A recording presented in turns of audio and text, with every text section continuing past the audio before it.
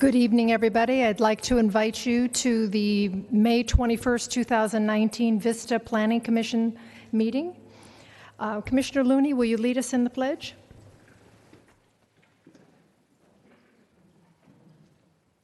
Ready? Begin. I pledge allegiance to the flag of the United States of America and to the republic for which it stands, one nation, under God, indivisible, with liberty and justice for all.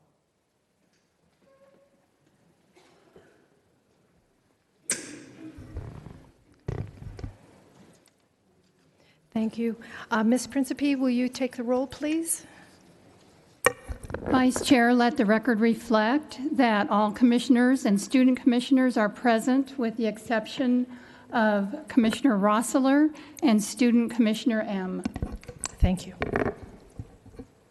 Commissioners, before you are the minutes from the April 16th, 2019 meeting. Are there any changes that need to be made to those minutes? If not, can we see a motion? So moved. I have a motion from Commissioner Grimm. Do I have a second? Second by Commissioner I have Garrison. a second.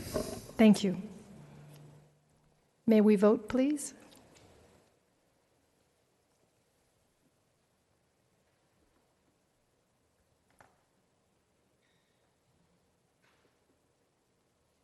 My button's not working.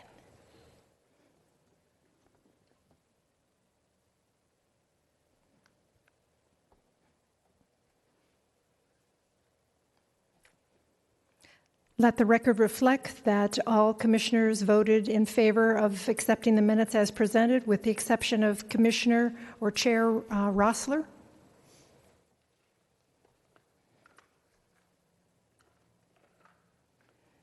Ms. Chow, are there any changes to this evening's agenda?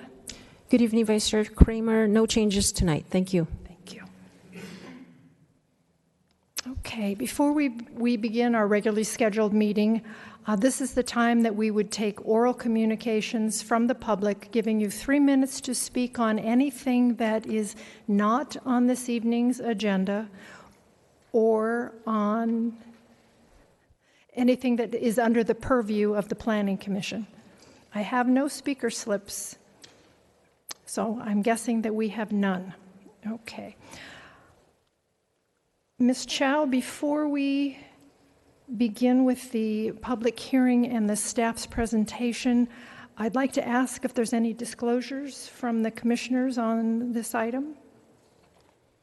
Commissioner Garretson? I would like to disclose that I did meet with the owner of the property next door to this about concerns he had about the distance between the two buildings. Thank you. Ms. Chow, may we have your presentation, please? Certainly. Good evening, Vice Chair Kramer, Planning Commissioners. I'm Patsy Chow. I'm the Deputy Director of Community Development and City Planner. And I'm pleased to be here this evening to present to you the proposed project that's before you tonight and concerns a request for a site development plan, a special use permit, and tentative parcel maps for the Paseo Artist Village project. The proposed project involves the development of a mixed-use affordable housing project that would contain 60 apartment units and commercial retail space at about 2,300 square feet of retail space area. The density of the proposed project is at 73 dwelling units per acre. That's based on 0.82 acres, which is the area of the project before dedication of public right-of-way. For information purposes, I did include what it would be after the right-of-way dedication, which would be 0.68 acres, resulting in a density of 88.2. Reason for including this information is that in the past, Planning Commission had asked about other projects in terms of what was before and what was after the public right-of-way dedication, so I'm only including here for informational purposes. But for tonight's presentation, we are basing the density as far as before right-of-way dedication, which is 0.82, and therefore 73 dwelling units per acre. So just wanted to clarify that. The project also includes parking garages in both the buildings. There will be detailing and talking a little more in the upcoming slides.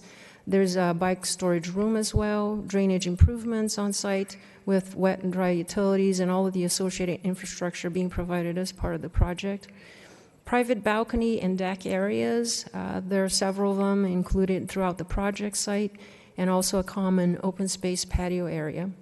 Recreation amenities are provided in the form of a roof terrace with a play area as part of the 3-story building, and there's also play area, play equipment that's being provided in the 5-story building on the 5th floor of it. And again, we'll be showing more of that later on in this presentation.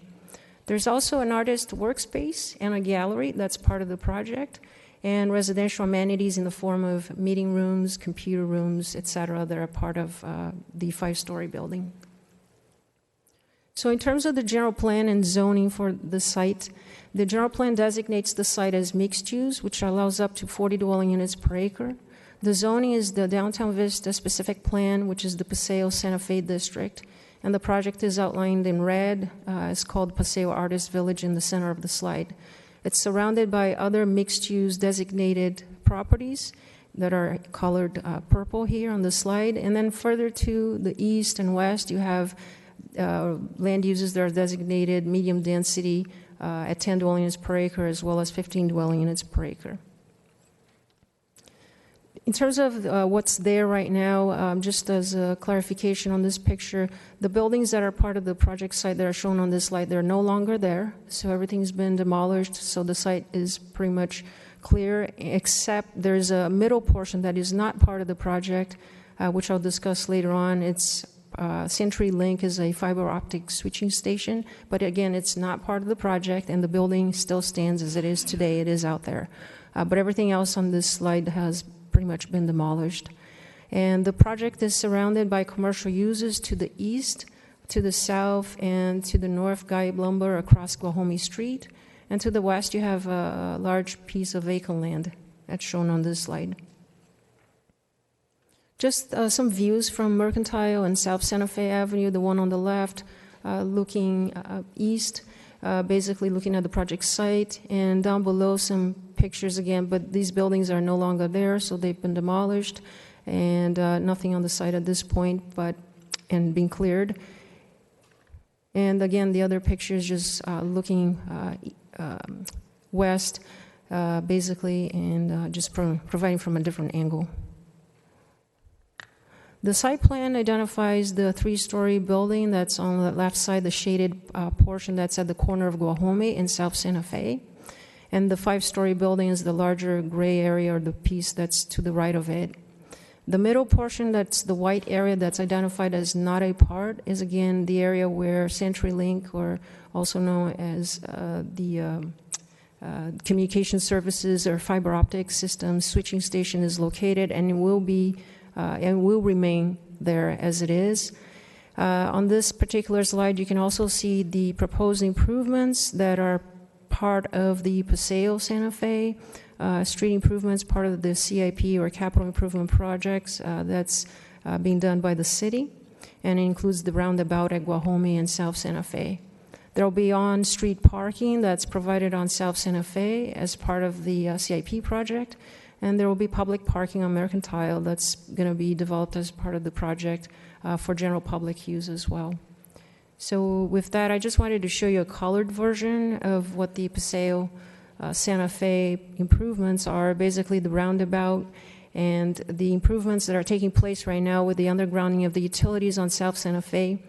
Basically in the next 6 to 9 months is basically taking care of curb, gutter, sidewalk, the base paving for the southbound travel lanes on South Santa Fe. And then later on, the city's contractor will be addressing the east side of the street on Paseo, which is part of the Phase 2 plan. The final part of it will be to come back and actually finish with the landscaping improvements, street furnishings, and the final paving of the street itself. So basically, the city's taking care of South Santa Fe, as you see it on this slide, part of Guajome as it turns into Guajome, but the remaining of Guajome as well as Mercantile will be a responsibility of the developer as it's detailed on their plans. So I just wanted to clarify that in terms of responsibility. In terms of the general plan and development standards, again, the general plan identified this as a mixed-use land use at 40 dwelling units per acre, which would allow on the site 33 dwelling units. As I spoke before, they are proposing 60 units at 73 dwelling units per acre based on a 0.82 acre site. In terms of building height, as according to the downtown specific plan, the maximum height allowed is 60, and they are at 60 feet, which is the 5-story building. So they're meeting the height requirement. In terms of setbacks, the project is meeting the front yard, the street side, and the side yard setback, which is actually 0. There is a rear yard of 15 feet, however, it does not apply on this project because the project essentially has 2 frontages on Mercantile and South Santa Fe and a street side on Guajome. So the 15 feet does not apply, but the rest is basically 0 for the project. In terms of parking, because it is a 100% affordable housing project, they are utilizing the state density bonus law, which allows for a reduction in parking ratio, which is basically at half space per unit, because the project is located within a half mile of the major transit stop, which is the Vista Transit Center. And basically, they can go down to the half space per unit, which equates to 30 required parking spaces. The project is providing 62, which are 57 residential parking spaces and 5 commercial. In terms of open space, the project is required to have 12,000 square feet of open space. They're providing approximately a little over 14,000 square feet, which includes all the open patio area, which is the courtyard area as part of the 5-story building, the roof terraces, all the private balconies, and the decks. In fact, the downtown specific plan requires that at least 25% of the required open space be met in the form of private open space, which they are actually doing more than that. They're providing it at 57% as being private patios. So they're exceeding the downtown specific plan's requirements. Landscaping, the same thing. They're exceeding the requirement of 5% of the lot area to be landscaped. They're actually doing 22% of the lot area as being landscaped. Wanted to talk a little bit about in terms of the density again. I'm sorry I've been repeating this, but it's important because the fact that they're going above what's allowed in the downtown specific plan, which is 73 dwelling units per acre, it is allowed in the downtown specific plan through a special use permit. So the special use permit basically is going to allow for exceeding the maximum density. Granted, one must make the findings for a special use permit, which I detailed in the resolution for it as relates to what the applicant is requesting at 73 dwelling units per acre. So that is the tool that's being utilized here. In terms of the development concessions as being a 100% affordable housing project and utilizing the state density bonus law, they are allowed to have or ask for a maximum of 3 development concessions, which are listed on this slide. The first concession that they're asking is for the unit sizes to be actually smaller units than what the development code calls for. So on this, I identified the 1-bedroom as 700. They're asking the units, they are at 550. The 2-bedroom at 880, and the project is at 750. The 3 bedrooms is the development code calls for 1160 square feet, and the project is proposing 1,000. The particular project sizes, they are meeting also tax credit application requirements, which they will be actually applying for that in the near future. So just wanted to provide that piece of information. In terms of the common laundry room, they have one that's provided as part of the 5-story building. Instead of providing individual washer and dryer hookups in each of the units, which is something that, as you know, it's called out for in the design guidelines for all apartment projects. But instead, here they are proposing the common laundry room facility, so that is one of the concessions. The third and final concession has to do with commercial parking. Because the code calls for 4 spaces per 1,000 square feet, which would equate to 10 parking spaces, they are proposing 5 parking spaces, half of what's required, in the 3-story mixed-use residential building. So therefore, that's the commercial parking concession. I am just including here a couple of cross-sections, one for the smaller building, the 3-story building on the left side, where you can see the retail space on the right side of the picture. with the open terrace play area up above it. And the units are located on the back with the garage space on that cross-section. The cross-section on the right side, it's the 5-story building where you can see the 2-level parking garage that would be facing Mercantile. And you can have the access to the upper and to the lower garage from Mercantile Street. And from South Santa Fe, you have the gallery, the courtyard, and then obviously the 4 floors above it would be where the dwelling units are located. In terms of the landscaping plan, just identifying here where landscaping is located, where the trees are in the courtyard area, the corner of Guajome and South Santa Fe, where the proposed retail has been identified as well. There's obviously streetscape landscaping and other planter boxes and units provided as part of the project. I also included just a depiction of what the 5th floor looks like, which is the play area.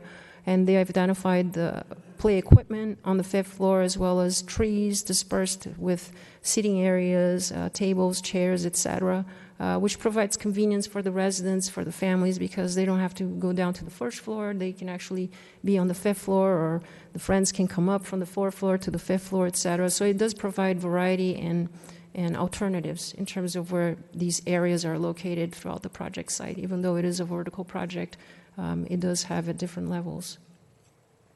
And here are some colorful elements. I thought it'd be interesting to they provided this as part of the application. I included it here so you can see depictions of the elements that they have in mind as far as the play equipment, from stand-up spinners to the activity panels or the interactive chalkboard, just some ideas or fun elements that would be part of the project and be part of the courtyard and different parts of the play area or play equipment that they're proposing as part of the project. In terms of the proposed floor plans, you have a 3-story building on the left.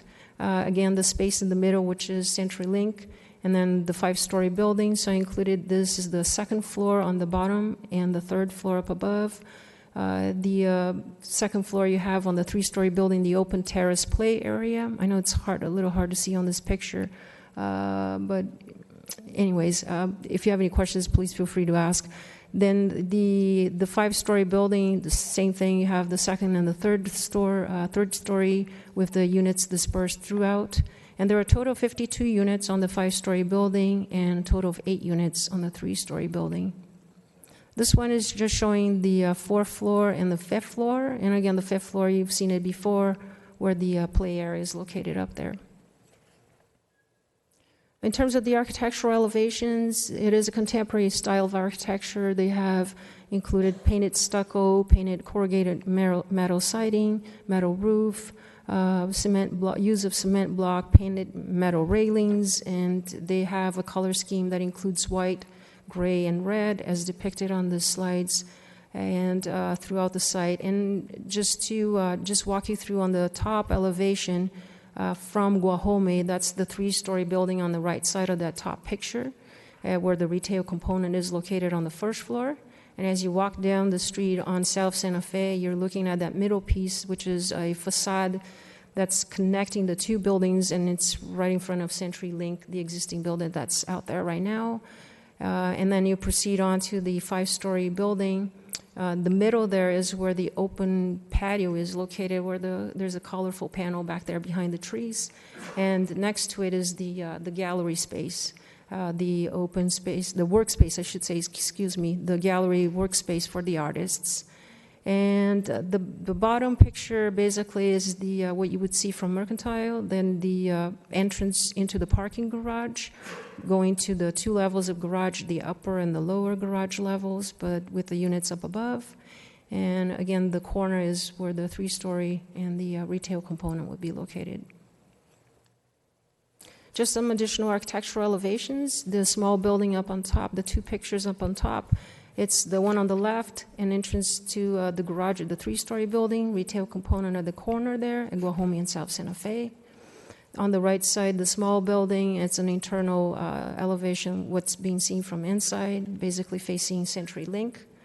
The bottom 2 pictures is the large building, the 5-story building, The west elevation internal, which is internal to the project, and then the east elevation is what is seen from the adjacent property owner to the south, which is Mr. Pickering's property, which is the Gold Coast Inn. And that's what he would be looking at, basically. Additional architectural perspectives, just to put some things in perspective, in terms of Guajome and South Santa Fe, the first one on the top left, South Santa Fe, and then the bottom picture is what's seen from Mercantile, the diagonal parking spaces with streetscape, and just looking directly at the project. So this project is covered by the program EIR that was prepared in 2010, certified back then, and also the addendum was prepared in 2015. So basically the project is an infill development project that is basically qualifies as an exemption. And because of the meeting the five conditions of Class 32 exemptions related to the fact that it meets and consistent being with the applicable designations and policies of the city's general plan and the zoning ordinance, the fact that it's developed within city limits on a site that's no more than 5 acres and substantially surrounded by urban uses, the fact that it does not contain any habitat for endangered species, rare or threatened species, and it will not result in significant effects related to traffic, noise, air quality, or water quality. And also the site is adequately served by all required public utilities and services, and obviously with the street improvements, in addition to everything that's there, certainly improvements that are being done to the area that will be serving the project as well. And because I mentioned in one of the conditions related to noise, air quality, cultural resources, hazardous materials and public services and traffic, staff has included specific conditions of approval related to these mitigation measures contained in the EIR. So it's basically a repetition of those particular mitigations into the project so that it's well addressed and not forgotten, as part of the project. So I wanted to go back into the past a little bit in terms of early design review. This project has come before the Planning Commission. It was back in October last year. Several issues were discussed then, and I'll really try to summarize here. I just bolded parts of it that I wanted to catch your eye. In terms of the particular issues that we talked about back then, it was about the density bonus and how it compares to the city standards. And essentially, as I mentioned before, because of the proximity to the transit station, they are able to utilize the half space per unit, which would equate to the 30 required parking spaces. And that is allowed, again, per the state density bonus. If they had to follow the city standards, we are looking at 121 parking spaces compared to the 30. So it's quite a big difference. But again, keep in mind that this is an affordable housing project, and it allows for them to be able to use that. With regards to the density, if one were to simply utilize the 35% maximum density that's allowed per the state, they would be resulting in 54 dwelling units per acre. And based on what it is right now that's allowed, which is the 40 dwelling units per acre. And again, at 73 dwelling units per acre, they are exceeding that because of the special use permit that's allowed in the downtown specific plan. In terms of the setbacks for the retail area, as I mentioned before, it's 0 setback. The 15 feet does not apply because there is no rear, so 2 frontages again, as I mentioned before. In terms of the proximity to the neighboring property to the south, Mr. Pickering was present at the early design review meeting. He brought up same concerns that he brought up in his letter that I provided to you on the day as part of the record. He mentions the proximity being close as a concern to his property. The developer actually met with Mr. Pickering at the site, and we also met internally staff. I coordinated meetings with the assistant fire marshal from our fire department, as well as the building official, to discuss the concerns that Mr. Pickering brought up as far as the proximity to his building. And there is right now a pinch point on the building that's proposed by as part of the project that equates to 1.74 feet distance to the property line to 4.2. So there is that variation. However, at a point where it's 1.74 that Mr. Pickering is concerned about, it is close to some bedroom windows on his project. And since then, as I mentioned before, we met with the building official, with the assistant fire marshal, and essentially the project, the Paseo project, is meeting the standards that are required of them, as the staff basically cannot look past the property line in terms of building compliance, in terms of fire code. So as far as the project is concerned, Paseo itself, they are meeting, and in this case, in terms of the setback, exceeding the requirements as they are stated in our code. We've informed Mr. Pickering of these findings, and we shared with him, and we do realize that he still has concerns, but we did share with him the facts that we were able to discover in talking to the staff. So that's the update on that. In terms of the color scheme of the buildings, essentially pretty much remained the same from the early design review, where you had the white, the use of gray and red. There was some discussion about the loading zone and how would that be provided. There is a 10 by 20 loading zone that's provided on the upper garage level near the elevator area, obviously for loading and unloading, people be moving in and out, etc. There is one elevator that's provided in each of the buildings that's also big enough to support a gurney by the code. It's a fire code requirement. And let's see, the next item discussed was landscape plan. So they obviously are providing a landscape plan as part of the project that exceeds our requirements. We also discussed back then trash enclosure. There is a collection point that's being provided on Mercantile Street to provide for easy access by EDCO. So on trash day pickup, they'll be able to remove the dumpsters out of the trash room, put it into this collection point for easy access. And there's a trash room in each of the buildings, and also trash chutes so that for ease of use by the residents when they're disposing their garbage, their recyclables, etc.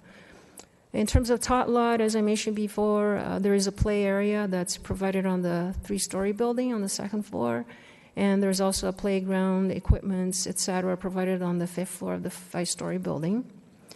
And in terms of street parking around the project, there are 17 on-street parking spaces on Mercantile, 11 on South Santa Fe that are actually public parking spaces. They're not counting towards meeting on-site project parking requirements. I just wanted to stress that.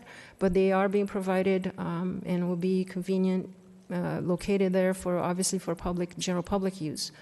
There is a condition of parking management plan for this particular project in the conditions of approval, and the applicant has provided a parking plan or preliminary parking plan that identifies how the parking spaces will be assigned through a decal program, identifying the need for whomever has really identifies the fact that they do have a car, in fact, and so forth, for compliance and for ongoing compliance, I should say. So in terms of public policy consideration, the general plan and the specific plan and design guidelines, the project is consistent with these particular documents. And again, the 73 dwelling units per acre density that's being permitted via special use permit, and which is the tool that's being utilized to exceed the 40 dwelling units per acre in the downtown specific plan.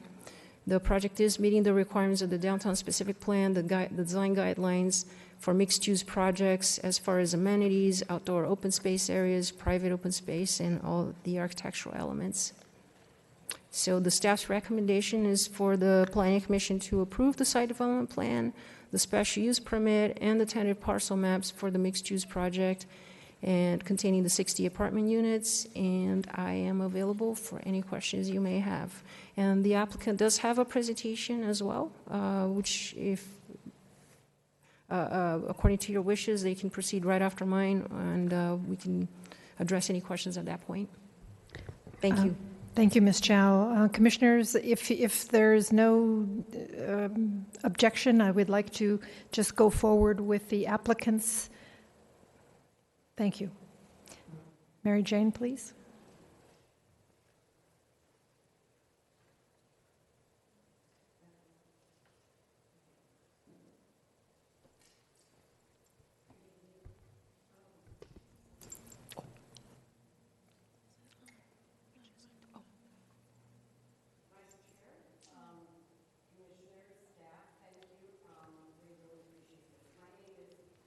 Mary Jane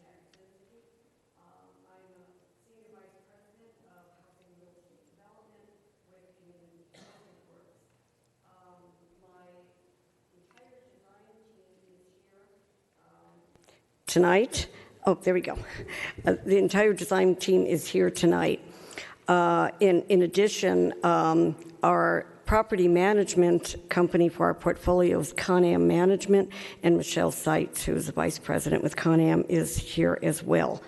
So with that, I'll just go forward. The intent here is I'm just going to give you some background of how we believe we interpreted the city's vision for this part of downtown. And after that, going through that, I will actually have our architect, Diego Velasco with MW Steel, and Mark Steele is here as well, to go through very more specific plans. As your staff indicated, this is our site. The blue section is the part that is excluded because that is the CenturyLink property that is staying and cannot move. It's a fiber optic switching. You're well aware of this area at the corner of Guahomie near Geib Lumber. These are obviously just showing some current conditions where the city has removed the buildings and has fenced that. So it gives you some idea of what's going on as well as the ongoing street improvements.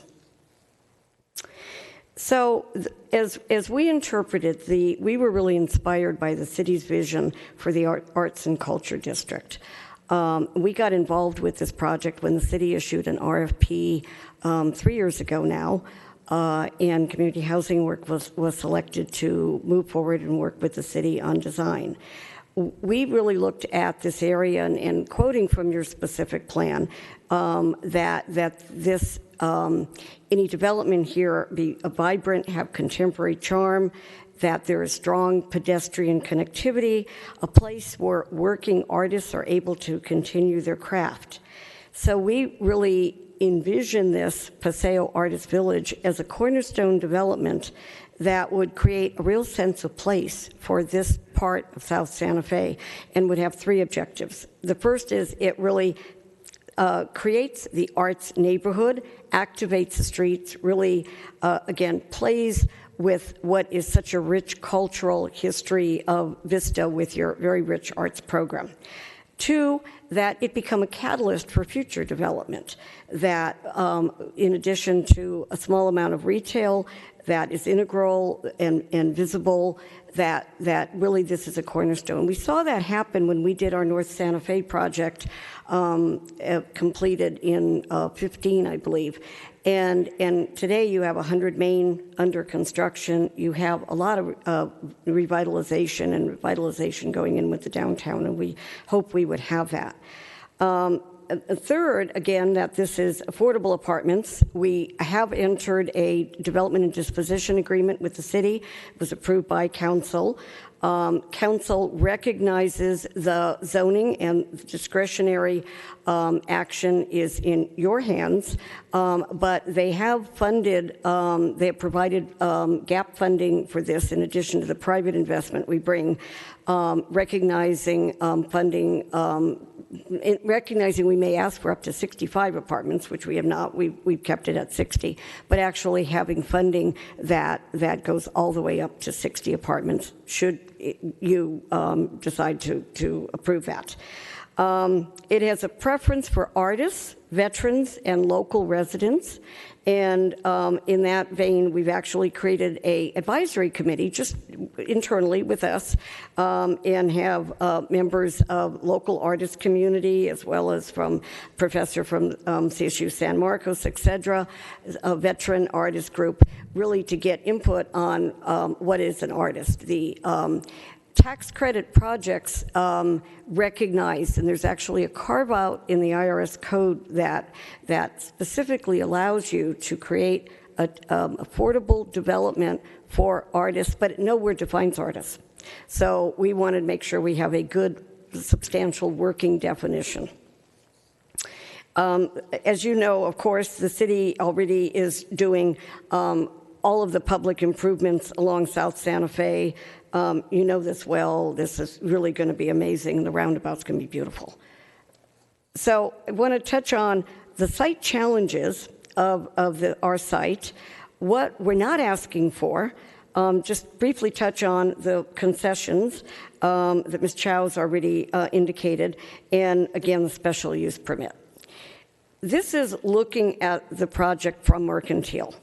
And we have a condition on this land where there is a 10-foot wide box culvert, storm drain box culvert along Mercantile, and a sewer line.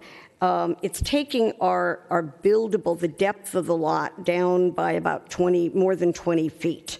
So it's kind of challenging to how we can manage that. We also have, high groundwater in our soils, so we can't go deeper on the garage than we are already expecting.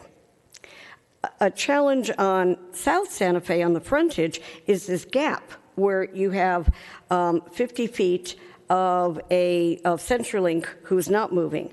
And our DDA with the city requires us to have a connector screen wall, if you will, actually right in front of this space in the public right-of-way. So if you wondered why we're doing that, that's the reason we're doing that. So what we're not asking, as your staff indicated, is we are not asking for any concession on height. And consistent with the specific plan, we've actually stepped this up. If you look at this, you've got Guide Lumber, the existing building there, which is about 30 feet, steps up to the corner, our shorter building, which has retail at 45. That's consistent. And then our larger building is within the 60-foot cap. Again, this is looking down, it's kind of a bird's eye, looking down at the open space and setbacks. So the three concessions, as been noted, are these. The city design guidelines require washers and dryers. And it's very typical in affordable housing not to do that for multiple reasons. One is really laundry rooms are where people connect and they get to know their neighbors. They're often near a tot lot or somewhere else. And when neighbors know each other, they have eyes on the property, eyes on the street, and you have a stronger community, both for residents improving next generation success, but also for safety reasons. And there is a laundry on site in each building. So residents in the smaller building don't have to truck down the street. Apartment size, again, I think your staff laid out the city requirements versus our actual. Our actuals actually were set with the tax credit requirements. Those tax credit requirements have gone down, but we've frozen them in our DDA to what was already said. But people are trying to, do a little smaller units. We frozen where we were. And so the one bedrooms are actually a little over about 600 square feet. The two bedrooms are around 800, and the three bedrooms are in the, I believe, 1,100 range. And our architect here can provide more information as necessary. And the third is the parking.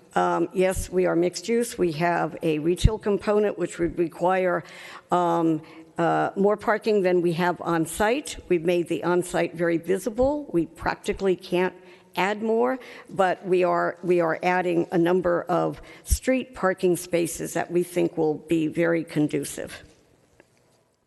So why are we putting more apartments than why are we asking for a special use permit, and why are we asking for 60? First of all, this is city-owned land. We will have a long-term ground lease of in the 90-year range. And land is very precious, and we really want to be able, with the city, to maximize the amount of apartments that fit well at this site, and so maximizing the precious resource.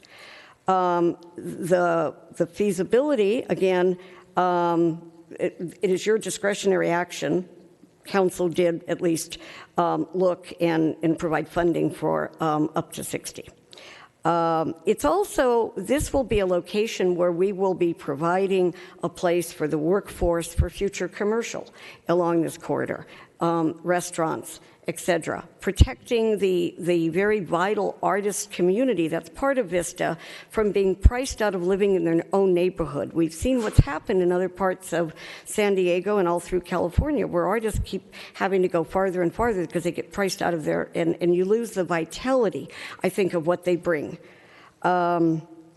And as your staff said, the specific plan actually has a little footnote which actually does contemplate that there may be higher density, but it would require an SUP. So what are we providing here? We believe, again, in that spirit of the vision, that we, along South Santa Fe, we are really, the way this project's been designed, it's really a catalyst to activate the street and the neighborhood. Again, new public spaces on the street. We are contributing about $1.3 million, a little over $1.3 million, to the improvements that are going on right now. So that is our fair share of the city's costs for the improvements along the frontage and the turnaround, et cetera. And again, the height transitions. When we turn around Guajome, again, the last time we were here, there was a discussion about retail and the viability of retail. As I indicated, we've had probably one of the most premier retail brokers in San Diego as part of our team from the very beginning. And he could not be here today. Where all good brokers are. He's at ICSC conference.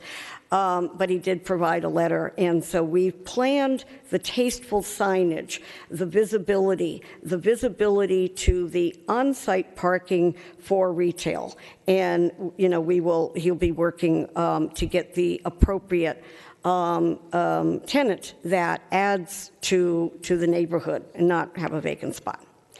Along Mercantile, as been said, there's a lot of public improvements that we will be providing. Sidewalk and streetscape, landscape, relocating some electric, additional parking spaces. The secured parking is ours, but we did want to mention on Mercantile, our parking for residents is secure. And we've screened off the garage. So if you're walking by, you're going to have a pleasant experience of having good landscape and having attractive screen and not be, seeing all the cars. Things that we're providing for the neighborhood and the resident, and when Diego really goes through the plans again, he can point this out. There is a front plaza, which is going to be very well screened, but it is adjacent to the artist workspace and gallery. The workspace is really mainly intended for our resident artists. The gallery will be one that I think that we'll be able to reach out as well to host other community art shows. And so I think it will be really exciting as you come down the street with your new improvements and you see the lights in the gallery, and it will provide that bit of pizzazz and really, again, I believe bring to life the vision that you have in your specific plan. We talked about most of these others. We are Greenpoint rated. Circulate San Diego has already, and they provided a letter to you. They have already provided us in their program to just assure that we will be sustainable. Bike storage, transit, etc. Here we go. This is also a picture as you rendering as you walk by. You can see this gallery space and how exciting that this may be. So this and Space for Art, I know, is one of the support letters, as well as other arts advisory. This is looking from inside that front courtyard, where it will be secured, but it will be a space for residents and for guests. Specifically, I can see an art opening where it just kind of mingles out on a nice evening into this sort of very tasteful patio area. And we know it's our front yard, so it's being designed to put our best foot forward and to be maintained that way. If you have other questions, I know our architect can also look into this. We've also talked about tot lots. We have a little bit of more passive area in that front courtyard where we're looking at things like a very cool new kind of blackboard or something, so that as kids are walking in with the parent to the on-site manager's office, they have some passive activities which are also kind of artsy. But the major play is on the 5th floor. And I am now going to introduce and turn this over to Diego Velasco from MW Steel. Afterwards, we're here for any questions, and I'll monitor them as to who is the more appropriate. There we go, Diego. Thank you. Good evening. I'll make this brief since Mary Jane and Patsy covered a number of these items, and maybe stay focused on some of the comments we received in October from the early design review from you.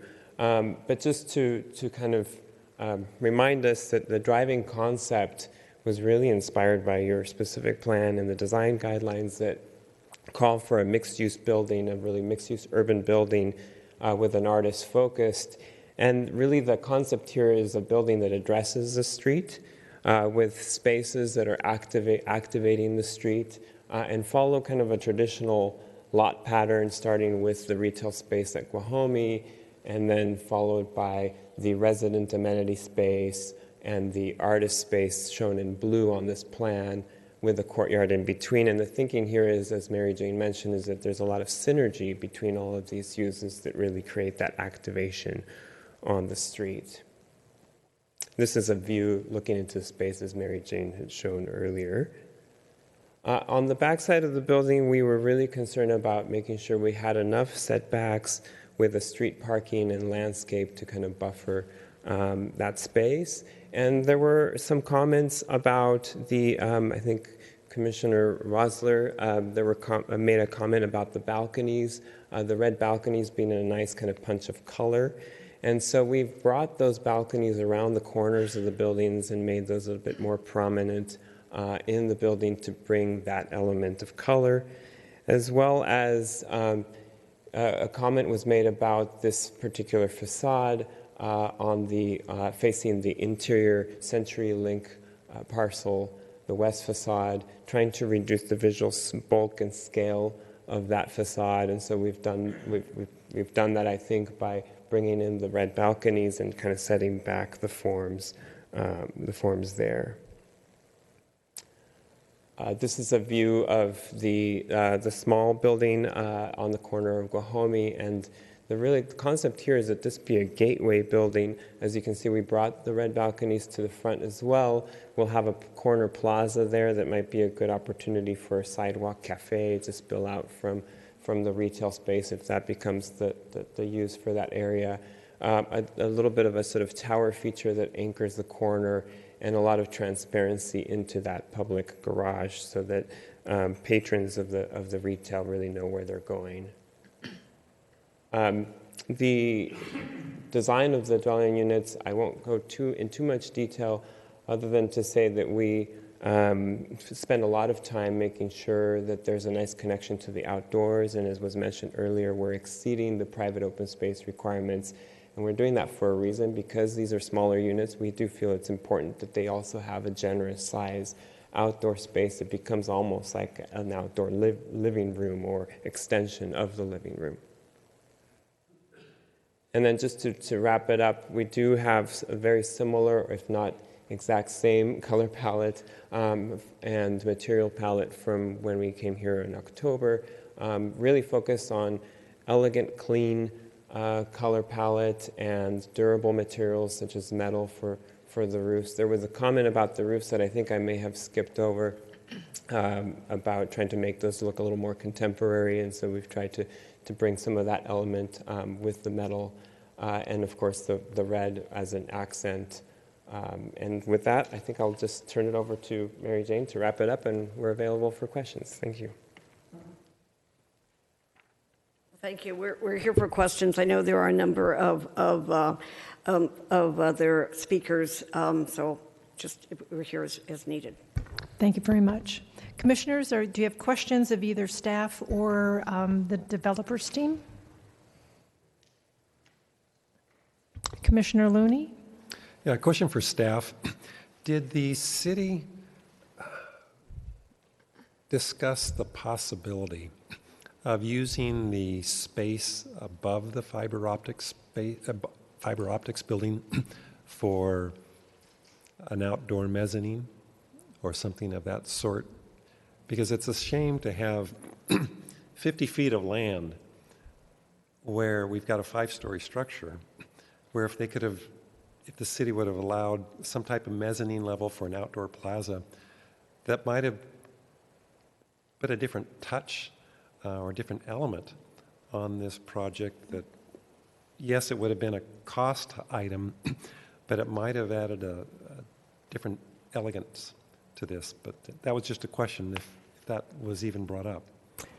I'm not aware of that being the case. All I know was the fact that there were discussions about basically taking over that portion and being part of the project, but because of difficulties associated with redirecting, the services that are associated with that fiber optic station, it became quite expensive to try to, and even pursuing that. So that kind of dropped out of the formula, so to speak. As far as your particular question of using the space above it, I had not heard or have not heard. Again, I was not directly involved in the negotiations of that, so unfortunately I don't have information on that specific. All the fiber optics is all underground, and it's just a shame, I think, to waste that airspace above that city project. We actually did spend a lot of time on that because that had come up before. And the short answer is that CenturyLink was not going to be open to intruding in any way on their parcel. They have a lot of basically HVAC equipment in there. They didn't want anything that would cross over. They don't want anything along the rear. So we are entirely leaving that parcel alone, with the exception we have had conversations about that front screen that will actually be in the public right away as required in our DDA. Okay, well, thank you for that answer. Commissioner Grimm? My question relates to that question. I'm sorry. I just didn't hit it hard enough. My question is similar. It's regarding the facade, and I'm not sure if it's really for staff or the architect, but I really think the developer has done some cool things to activate the street. I think that's really important. So this is more of a minor question, but when I'm walking up the street, what do I see when I'm looking at the facade where that is? Is it just basically, stucco, or is there more to it than that? And are you speaking specifically about the facade along CenturyLink? Yes. Okay. Well, this went way too far. There might be a view here that I could get to. So what we're working toward is developing a screen that is consistent. This is not the exact view, but that is consistent with the bay dimension of the retail. And it would most likely be a metal frame in order for it to be sort of cantilevered over the space and be able to be in the right-of-way. I'm sorry, I'm not seeing an actual direct view of that, but it should be shown in the elevations. I don't know if we can pull that up. So that the concept was to try to create a sense of continuity, and short of providing, building that space for an active use is called for in the specific plan, what we consider doing is keeping that repetition of the pattern of the storefront, and then putting a screen panel that can be easily removed because the CenturyLink still needs to be able to get access to their property, right, but keeping it also at the same height as the top of the retail component of the building so that you have that continuity. My point ultimately is that when you have a situation when you're going down the street and there's not that much interesting to look at, it's not a huge area, so it's kind of a minor point, but that it becomes uninteresting at some point. What I was wondering, and I know some other communities like Pasadena do things where they'll actually have a, and I don't know if it works here or not, but a glass box put in where you can put posters for the Moonlight Theater, for example, or posters for, I don't know if you plan on having art exhibitions at your gallery, but is something like that, could something like that work where you could just enliven that a little bit by having something to look at as you walk past that? Yes, assuming that the owner of that property would cooperate with us on that, yes. Yeah, that's the issue, of course. But thank you, Patsy, for putting up the elevation there on the top. The north elevation shows that space and the sort of in the gap between the two buildings, and you can see it would keep the same storefront pattern, and it would be of a similar material. But certainly being able to activate the screen either through art or some form of advertising would be fantastic, assuming cooperation with the owner. Great, thank you. Commissioner Garrettson? Yes, thank you, Vice Chair. Ms. Chow, I'd like to ask about the property next door, the hotel, and what action will be taken to do this project with no setback and yet protect the utilities from that hotel, because this was built in 1918 or something, and so it is possible that some of his utilities actually are on this property, and if they go right to the property line, they're going to interrupt utilities. So the question is, what will be done to protect an existing neighbor, a facility that's been near 100 years? Well, first off, the developer, the applicant, Community Housing Works, as well as the city, is fully aware of the fact that there are some utilities that are running on the side of the Gold Coast Inn that's abutting and looking, basically that's sharing or looking at the Paseo project on that particular wall. That's their northern wall, I should say, of the Gold Coast Inn. And realizing or acknowledging the fact that that's the case, there obviously there will be probably need for coordination of that as the project progresses into the future, if in fact approved, as to when they actually start looking at construction documents, construction at the site, digging, and finding what it's there, obviously. And basically further coordination between the developer, the city, and the contractors out there working on the site. There's no intention from any party, I'm sure, to cause disruption of services or minimize or trying to create an adverse impact on Mr. Pickering's property. But in fact, as you know now, I mean, the property, Mr. Pickering's property is sitting on the property line, as he found out himself as well recently. So obviously there will be coordination on that. So. Thank you. I just wanted to put that on the record. We've had a lot of discussions about that.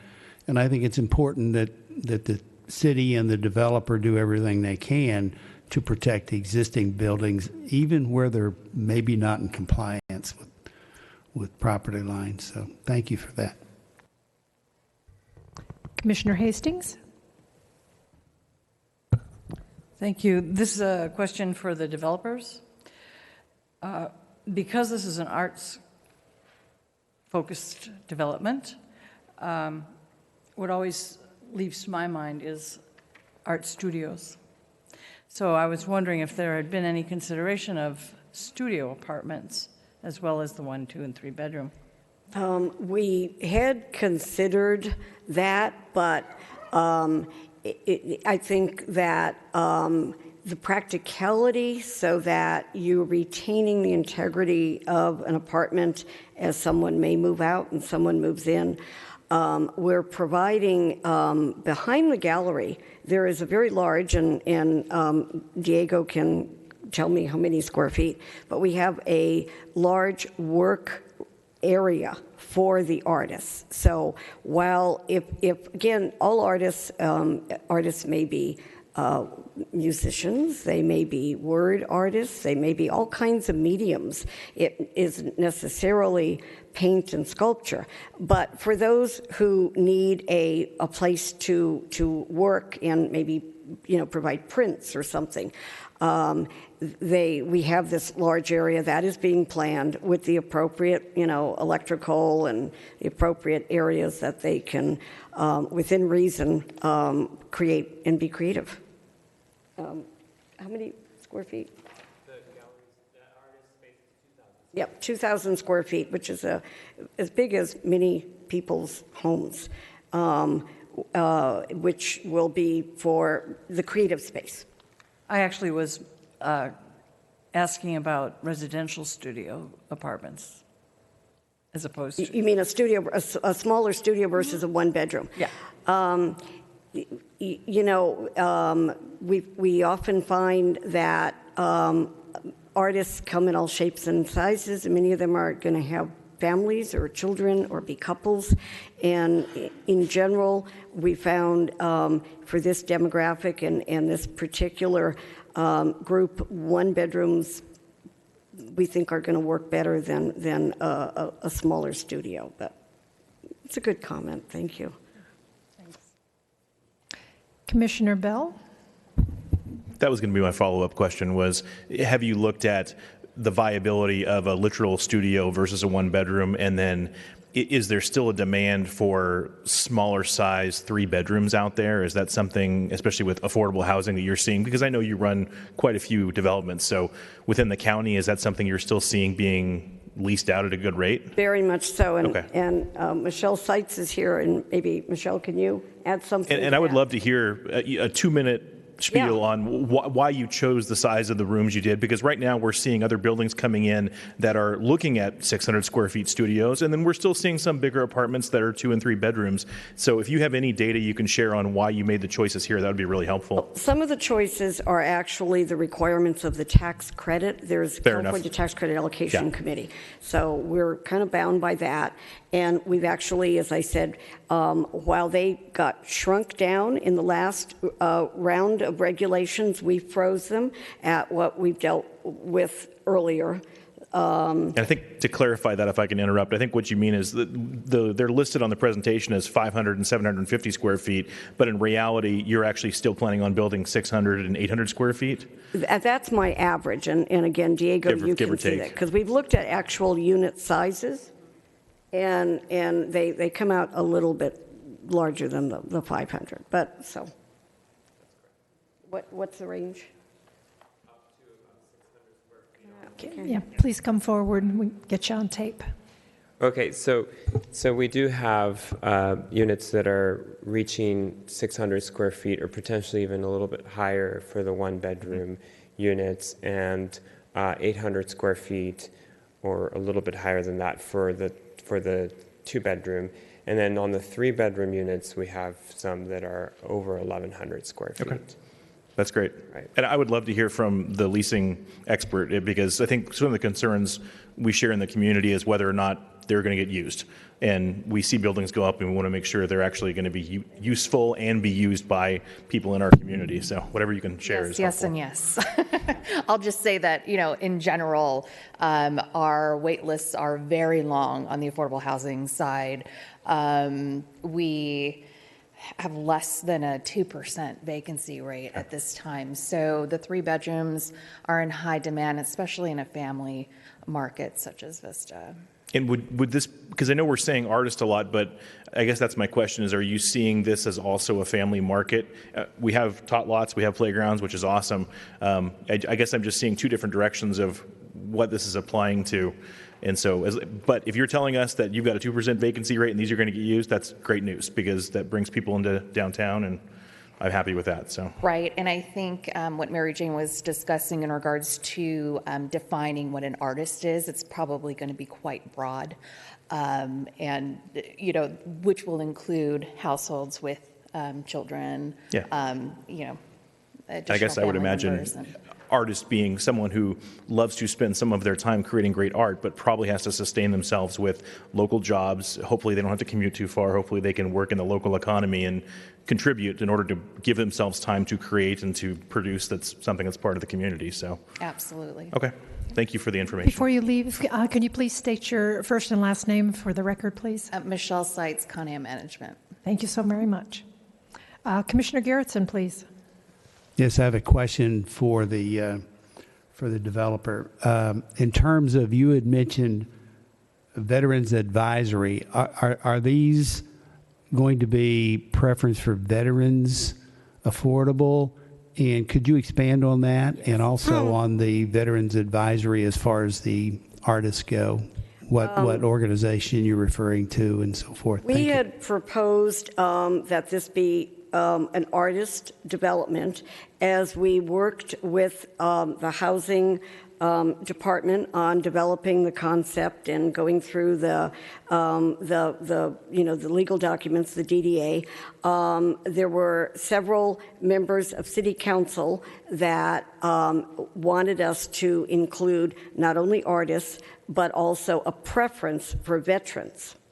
So you will have, and the ideal, I guess, would be all three: a local veteran who's also an artist. So I'm not sure if I spoke clearly about a veteran advisory. We created our own internal advisory group, and we have. And Michelle is actually on that group with one of with actually Rosalind Ross, who is our project manager and sitting here. And I'm looking for that name. Maybe Rosalind can help me. But there are groups that we've reached out to very specifically that help returning veterans. Some have, some are artists anyway, and some have. Some PTSD or other issues that they really, art therapy is so valuable, and there are such. So that's just another area. So we the way it ended up, it's preference for local artists and veterans. So what groups have you reached out to get that input? We've reached out to the artist group. We've reached out to what artist group? Rosalind, do you have that list? Thank you. Again, this is Rosalind Ross, who's a project manager and who's involved in the day-to-day. And we have... Sure. So we've reached out to several local artists. Steve Dilley, he couldn't be here today. He's with the Veterans Art Project. He's the director. So he's local, and he's a veteran. He's an artist. We also reached out to Nancy Roach, who's part of the Vista Community Clinic. And also Dina Palenzi, who's with the Hill Street Country Club. So we've made sure we reached out to a lot of people in different mediums and forms to put together as part of our Artist Advisory Committee. I'm not getting a good feeling that you're reaching out to veterans to attract them to live here. Maybe you could reassure me. We will absolutely. We have reached out many times. We reached out to VFW, many other groups wanting to have them involved. Some just have not been able. We're a long way from creating an interest list. We have to get, first of all, we have to win tax credits. Right. Which we apply for July 1. And if we're successful, we would break ground at the end of March 2020. It's probably a 18-month construction phase. Somewhere into probably after the first 6 months, we would, as we did on North Santa Fe, create, reaching out, have tasteful media for people to be able to register their name as a interested person. Michelle Seitz again can better describe how that works, and I am very committed to wanting veterans and get that word out through all the organizations. We'd work with you or any other member and group that has other ties, because we want to make this a success, and we want to be true to what we said we would do, and because that's one of our things, that we do what we say we're going to do. So. Yes. So you wouldn't mind if that became a condition of approval? It's already in our DDA, actually, sir. Our DDA, to get funding with the city, actually has the preference that it's, again, that this will be for veterans, artists, and local. If you wanted to ask that we reach, if there's any other way you want to ask us to reach out, of course we'd be very happy to do that, because that is our intent. I don't have any ideas on it. It's just the idea that it's one thing to say veteran preference and then just wait for the veterans to come in, as opposed to taking a proactive stand in terms of trying to attract the veterans. And that's all I'm getting at. Absolutely. All right, and thank we you. definitely are committed to that. You have my word on that. Commissioner Grimm? Yeah, I had a question on, it's for the developer actually, a question on why you decided, or the developer decided not to go and provide private laundry facilities, and a couple reasons for that. I mean, the obvious thing is it doesn't, obviously it's going to save on some cost, but the other side of that argument is, well, we're requiring it of everybody else, and why shouldn't people that live in an affordable project have that same option to do that? And it's one of those things. I have an attorney friend that says, well, I can argue that strongly both ways. So, but my question is, why did you decide to do that? And secondly, have you had any problems? I don't think there'd be any problems up front. My concern would be more down the road. Sometimes when those facilities become older, they don't get refurbished. So I just wondered what your thoughts were. We've been pioneers and leaders in green. We're a 31-year-old nonprofit, and 14 or so years ago, we really were a very big splash in California for being the first on a lot of green and renewables. As part of that commitment to green, which is one reason, all of the literature about affordable apartments really indicates that there is more water saving with apartment laundry rooms as opposed to individual. And we don't really, it's not that we're doing that to make money in the development. These the laundry rooms have very minimal pricing. Number two, as I indicated, we find that isolation and turning your back and not knowing your neighbors is not a good recipe. And particularly in affordable apartments where we have people that often have come from, it may be a single parent, people that have fled domestic violence, it may be someone who is, working very, very hard and needs to really focus on their family.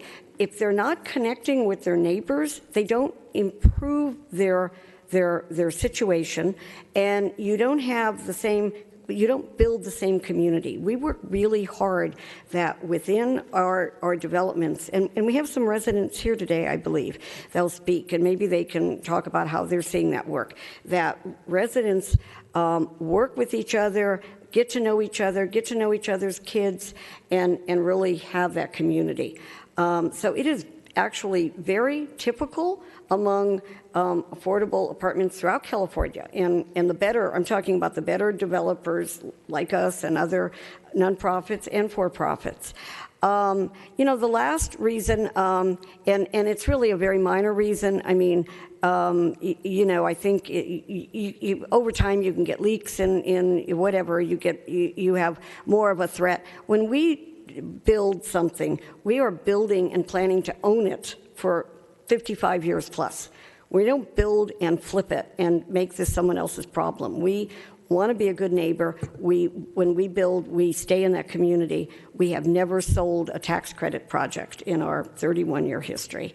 And so we look to putting in quality up front because it's an investment to keep the development running well, and we look at things that have longevity. So that's our logic. Thank you. Commissioner Garrettson? Yes, just a follow-up to that on the laundry. Why did you put the laundry room right off the front? It's going to be visible from the street, and with 53 units there, are you going to have a lot of people out there with all their laundry baskets and carts and Just a question. Thank you for asking that. I really want to clarify that. I'm going to give you the amateur response, and then if Diego can come up and join me here and give the more complete architectural response. First of all, it's adjacent to, we have an inside elevator and a stairway. And it's right near that. It's right near the entrance to the manager's office and the community space. So we think it's not going to actually be creating that. You're not going to have people walking down the street with their laundry carts, nor are we seeing a big congregation of people there the way it's designed. But Diego, perhaps you can give a clearer answer than. I think you hit on most of the items. The main thing, too, is that we wanted it to be easily accessible off of the lobby and the elevator, also because of what Mary Jane spoke about in terms of the laundry rooms do facilitate social engagement among the residents, that you would want it in a space that is at least visible to them related to the main circulation of the building, and also a self-policing element that you can have it visible to the manager as well so that they can see what's going on in and out of the laundry room. Now, having said that, we did push the laundry room back about 20 feet or more from the street. So keep in mind, you have that courtyard. It's probably more than 20 feet. I could get you the exact number, but it is pushed far back. And then you'll have the fence and the gate to the courtyard in front of that and a series of planters. So the likelihood that there will be a lot of people sort of spilling in and out of that space that you could see from the street, we hope would be slim to none. Mary Jane, North Santa Fe, do they have washer dryers in? No. They have a community laundromat? Absolutely, yes. Okay. Yes. One more question about North Santa Fe. Up and running now, almost 3 years, correct? Yes, it could be 4 years by now, and Michelle can. 4 years. Yes, we have residents. I built it, I should know, but I think we finished. I think we got C of O in July of 15, so coming up. How's the parking? Parking is, we are overparked. We've actually, this group asked us at the EDR to look at that, and we actually did parking look. Rosalind, can you? Here we go. And by overparked, you mean you have more spaces than you have people parking in them? Okay, just want to be clear. Correct. So we did a 3-week study of parking at North Santa Fe. We looked at Sundays at 8 p.m., Tuesdays at 7 a.m., and Wednesdays at 12 to kind of get a sense of what the parking is at those particular times. So we averaged about 66% occupied on Sundays at 8 p.m. Tuesdays, our average was about 48% occupied, and that's Tuesdays at 7 a.m. And then Wednesdays, we average around 32%. So at North Santa Fe, we're about 1.9 spaces per unit, and we're barely hitting 66% at the peak. So, thank you very much. Commissioners, any more questions before I open up to the public hearing? Seeing none, I will start to go through the speaker slips. I just wanted to tell you that what we do is as you turn them in is the exact order that I call them out. So I can't put you in front or put you last or anything like that. It is what it is. Each person that has put in a speaker slip, you'll be allotted 3 minutes to tell us what you need, what you like, what you don't like, give us your opinion, and you will see the little green light, everything's good, yellow light, hey, you're getting close, and red light, you're done. So I would appreciate that. So the first speaker slip I have for this evening is Christina Anderson.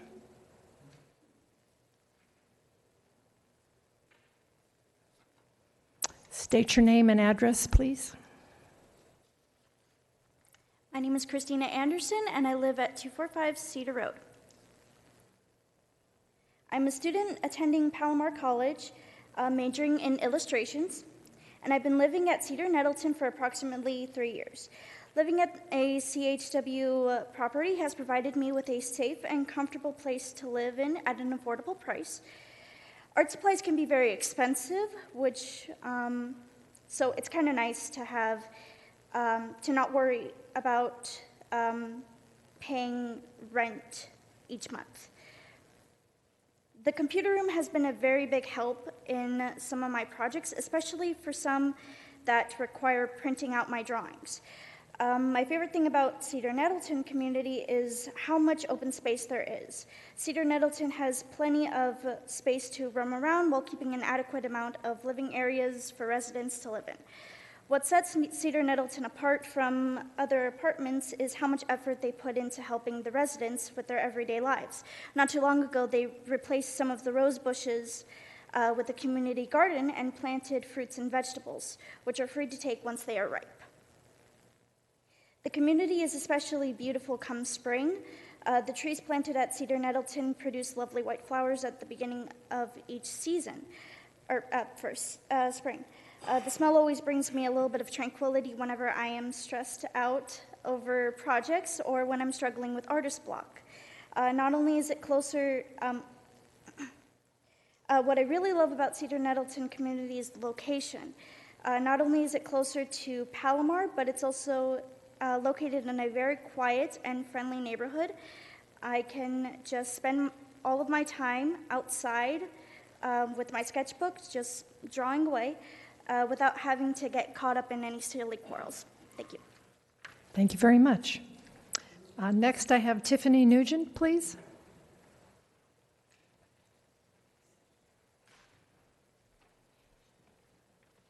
Hi there, my name's Tiffany Nugent. I live at 311 North Santa Fe, the North Santa Fe Apartments, and I've lived there for about 3.5 years, a little 6 months after it had opened, so it's been open for 4 years.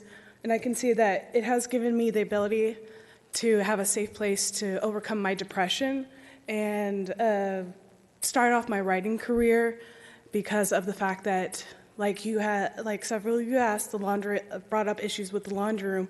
That has actually helped me meet some of my fellow residents and get inspired through their stories to write my own, as well as want to write theirs to convey to others. It's allowed me the interaction that I would not have had if I had my own private laundry room, because with any artist, that getting stuck inside could be the detriment to you. And so having those facilities that allow me to interact with my local community as well as those around me has really helped to do that. And having you had mentioned, Commissioner, that having a studio apartment versus a one-bedroom, it actually can be a detriment to have such a small space and not a defined space where they can rest versus going out. It could be a detriment to them to have such a small close quarters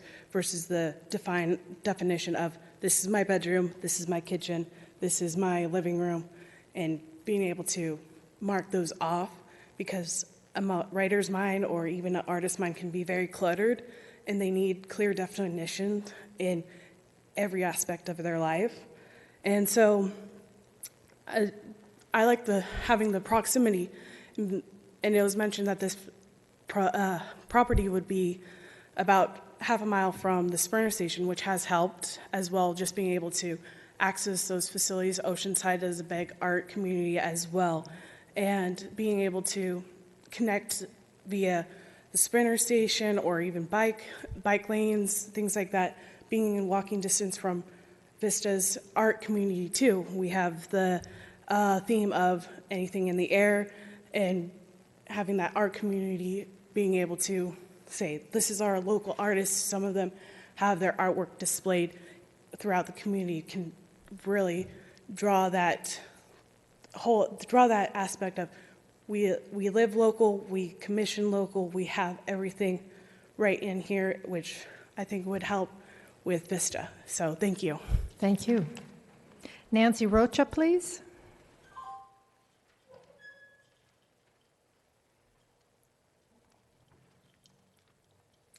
Hello, good evening. My name is Nancy Rocha. I work with Vista Community Clinic's Tobacco Control Program. And the reason why I'm here tonight is because we work with organizations like Community Housing Works, where they prioritize to create healthy environments for the residents here in Vista, and not only just Vista, but all North County. I want to recognize Community Housing Works for prioritizing health and providing residents with smoke-free environments, and being leaders in the community to provide safe areas for our residents to live in. So thank you for tonight. Thank you. Victor Torres, please.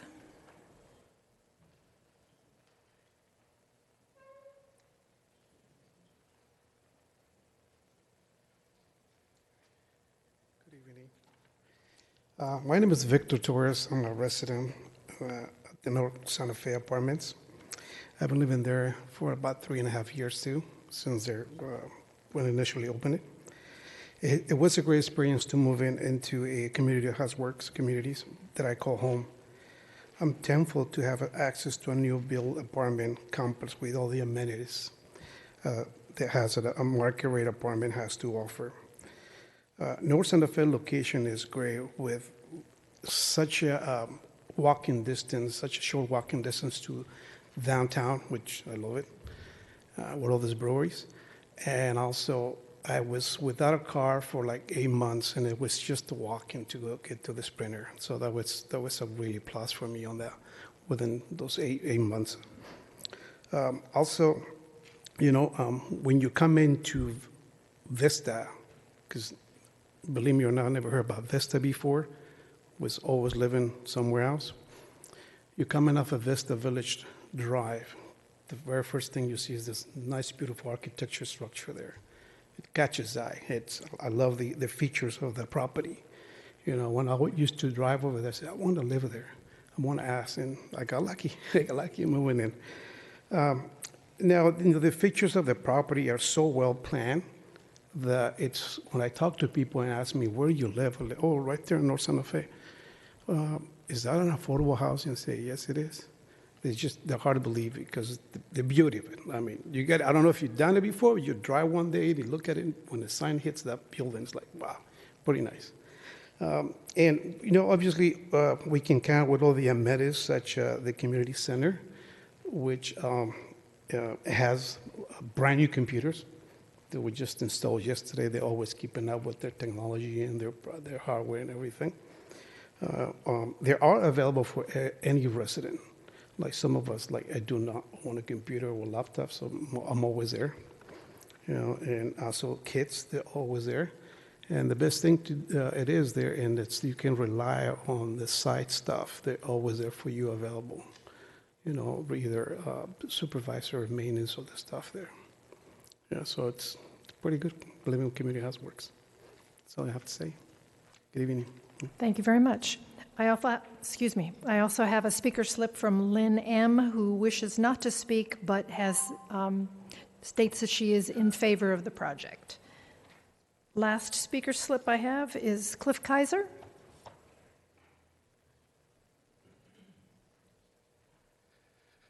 Good evening, Commissioners. Thanks again for what you do. I know this is a tough job for you guys, as well as a council. And I certainly appreciate anything that the city does and others to help those in need. However, I got to say that this is not the right project for downtown Vista. And I would encourage you not to grant any waivers or exceptions to the current city code for that area or the downtown specific plan.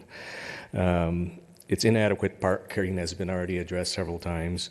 If you look at the apartment complex on Beaubier near the sports park, it's a market rate apartment complex.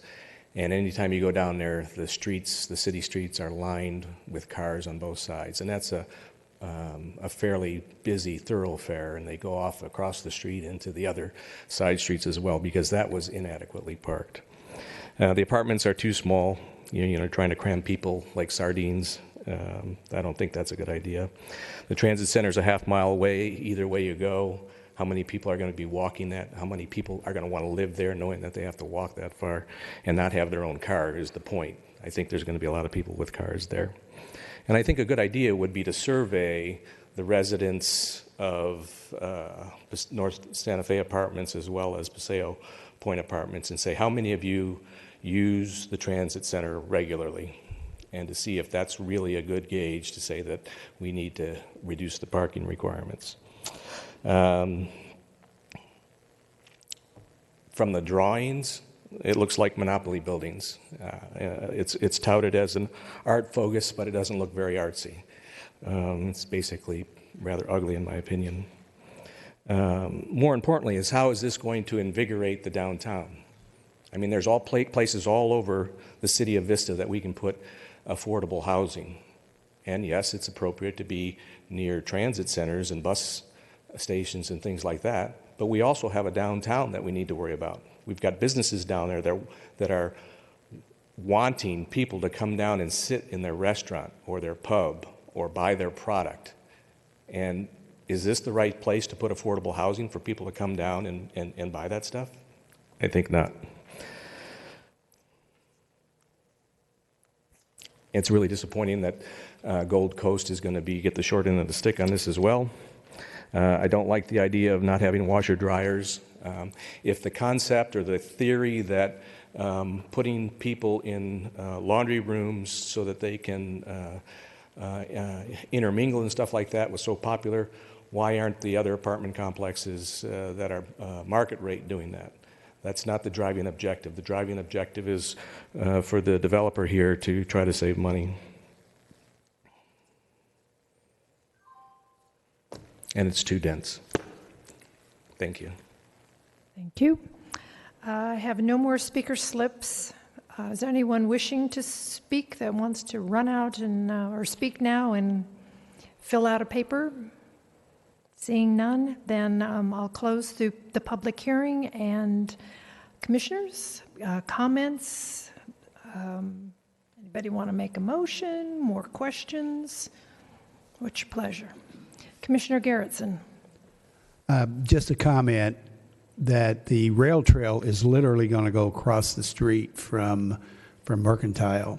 So that'll be a real plus here, especially since they're focusing on putting bicycle storage and so forth. So that'll be a plus down the road. I've been told that this rail trail should open to Mar Vista sometime in the spring, and they're looking at funding to bring it down to the transit center. But that's in the future, but I think that'll be a real plus to this development. My other comments or questions, are there amenities in the three-story building for kids? Yes, on the second floor, there's an open terrace with a play area. My next question is on the fourth floor or the top floor of the taller building. There's a tot lot and there's a 5-foot fence. The question is a 5-foot fence enough to protect those kids in terms of their safety? I know it's a metal fence, but I would wonder whether it should be 6 feet.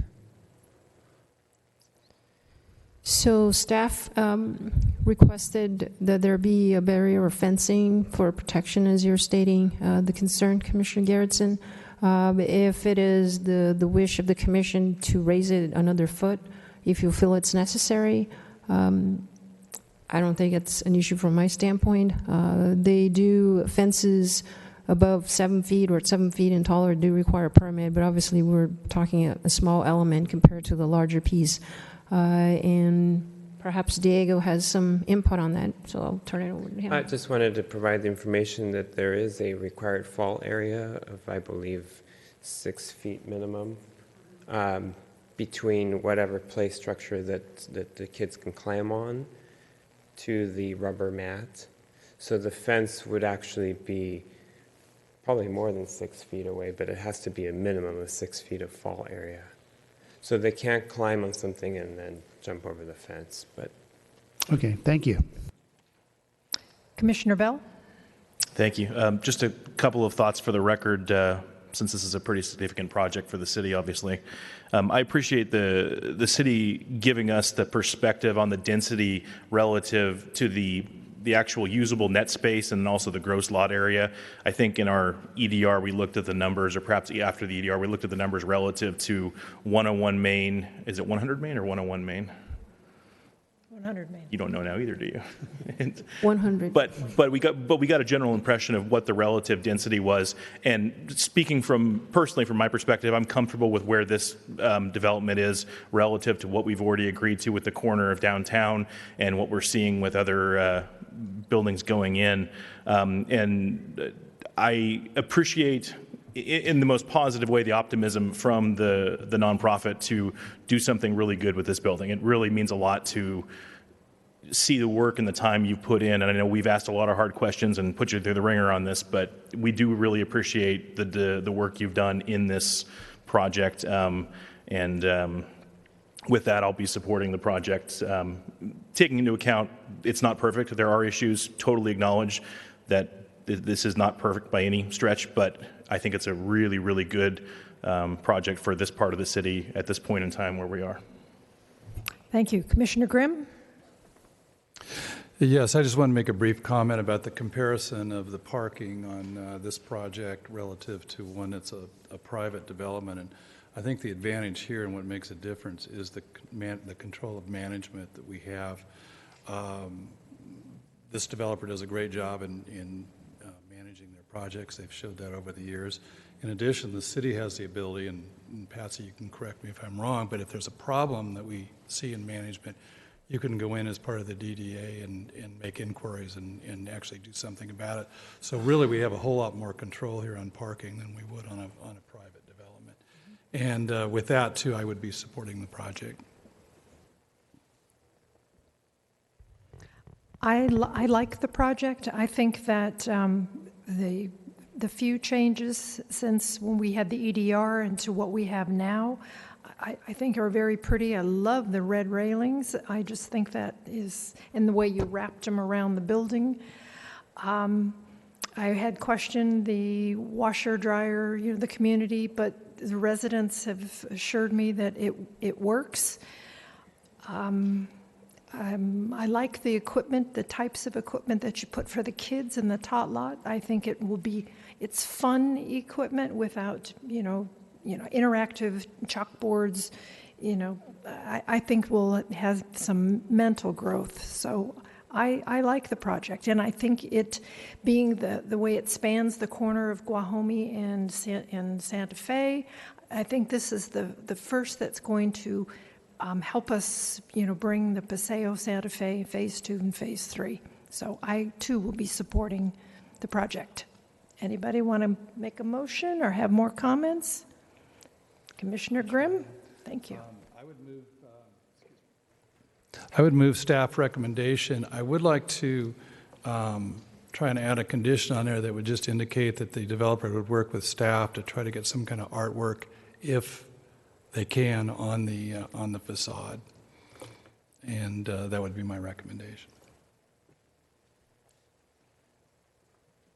Commissioner Garrettson? I will second that motion. Okay, we have a motion with an addition and second as accepted. Can we vote?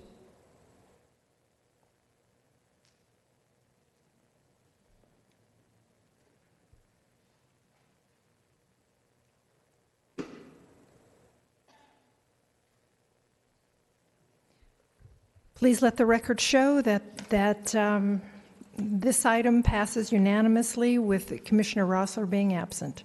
Thank you very much. Do we have any students here from Rancho that need their papers signed? Seeing we have a couple, we'll take about 5 minutes or so. Patsy, does that, Mr. Rossler? Okay. Great, thank you. Hmm?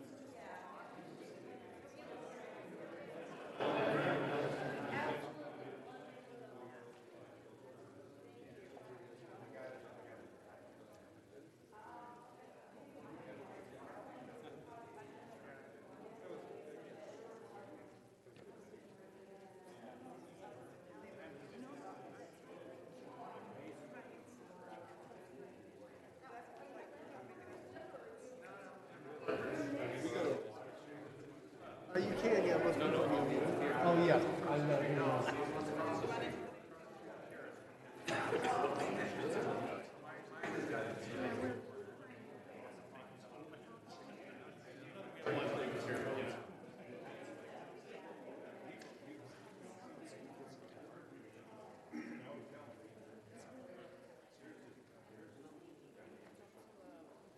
let me see if I can.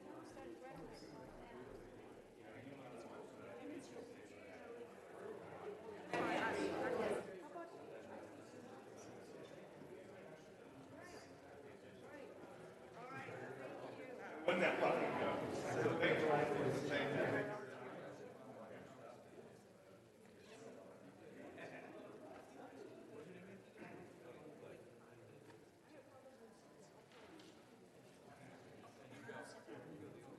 All right, thank you. Thank you.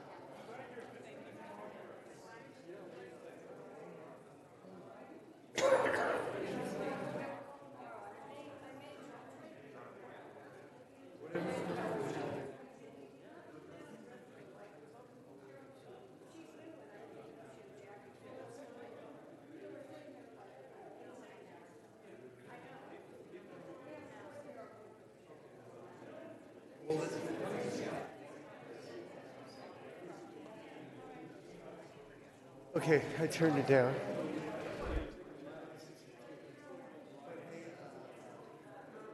I know you still got your thing.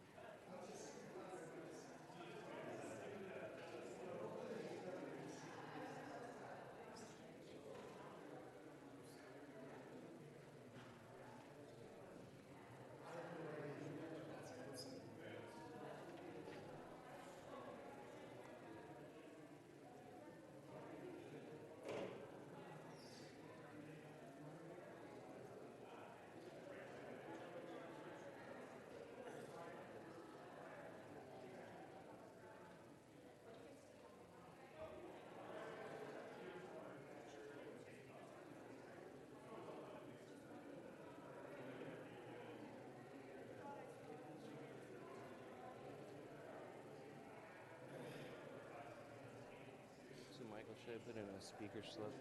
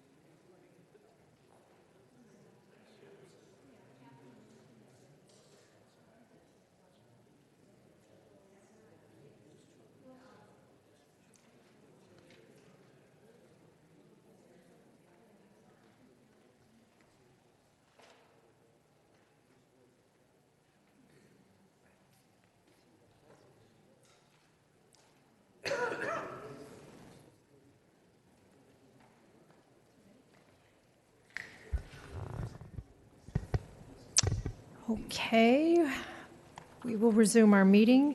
And so we have two early design reviews, correct? Mr. Rossler, will you lead us in the North Santa Fe Plaza Apartments, please? Thank you, Chairman, members of the Planning Commission.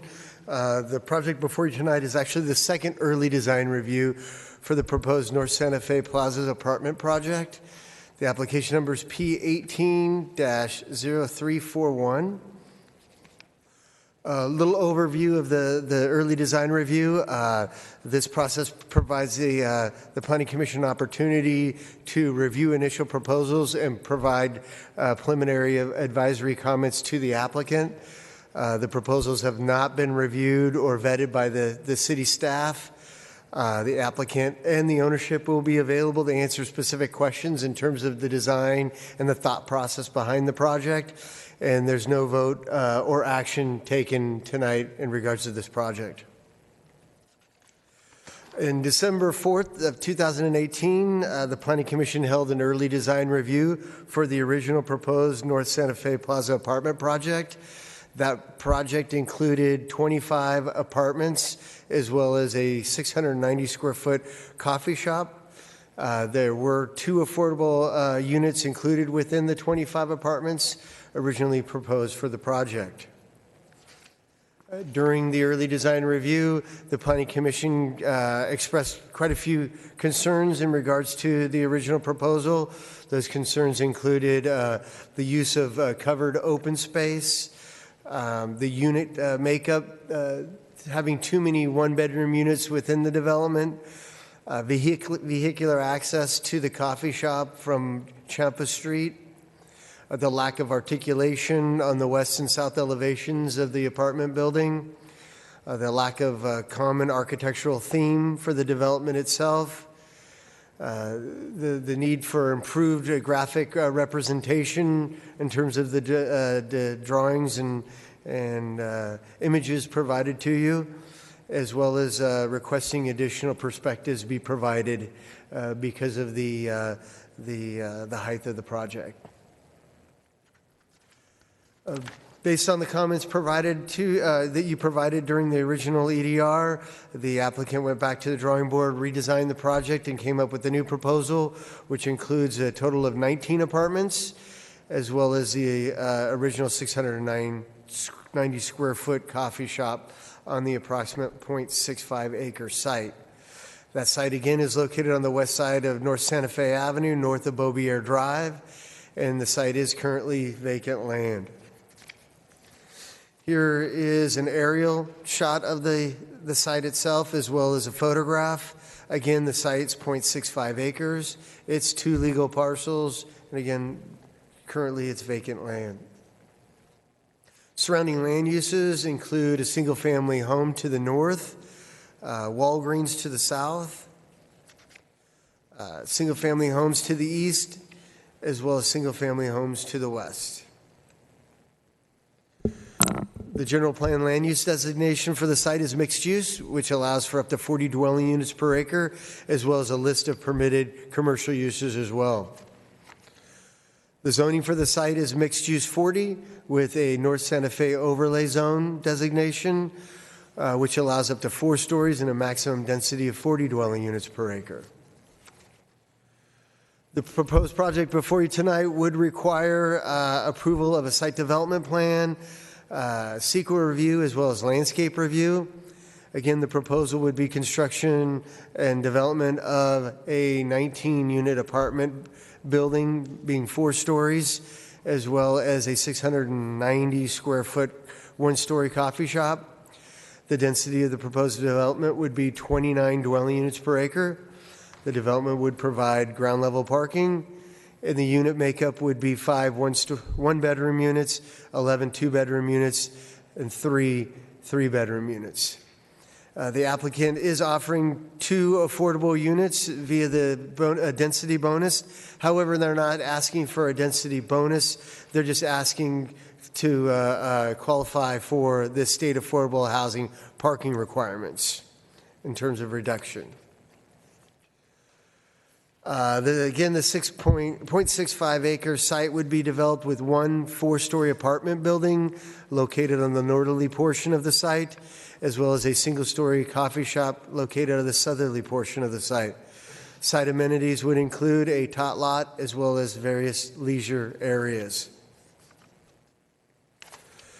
In terms of parking, the proposed project would provide a total of 37 parking spaces. The code requires 44 parking spaces be provided. However, because of the 2 affordable units provided, the applicant is requesting to prescribe the state government code required 2 parking spaces for 2 and 3 bedroom units and 1 parking space for 1 bedroom units pursuant to the affordable housing density bonus requirements the state provides. Architecturally, the proposed project is similar to the original design of the proposed apartment building. The proposed building would maintain a stucco exterior finish, tower elements, arched openings, balconies with decorative railings. Other enhancements would include canvas canopies, banding, as well as brick veneer. The roofs would maintain hip, gable, and shed style with concrete roof tiles. Here's an elevation of the proposed single-story coffee shop. This image is a perspective of the project looking southwest from North Santa Fe Avenue. This perspective is looking northwest from Champa Street.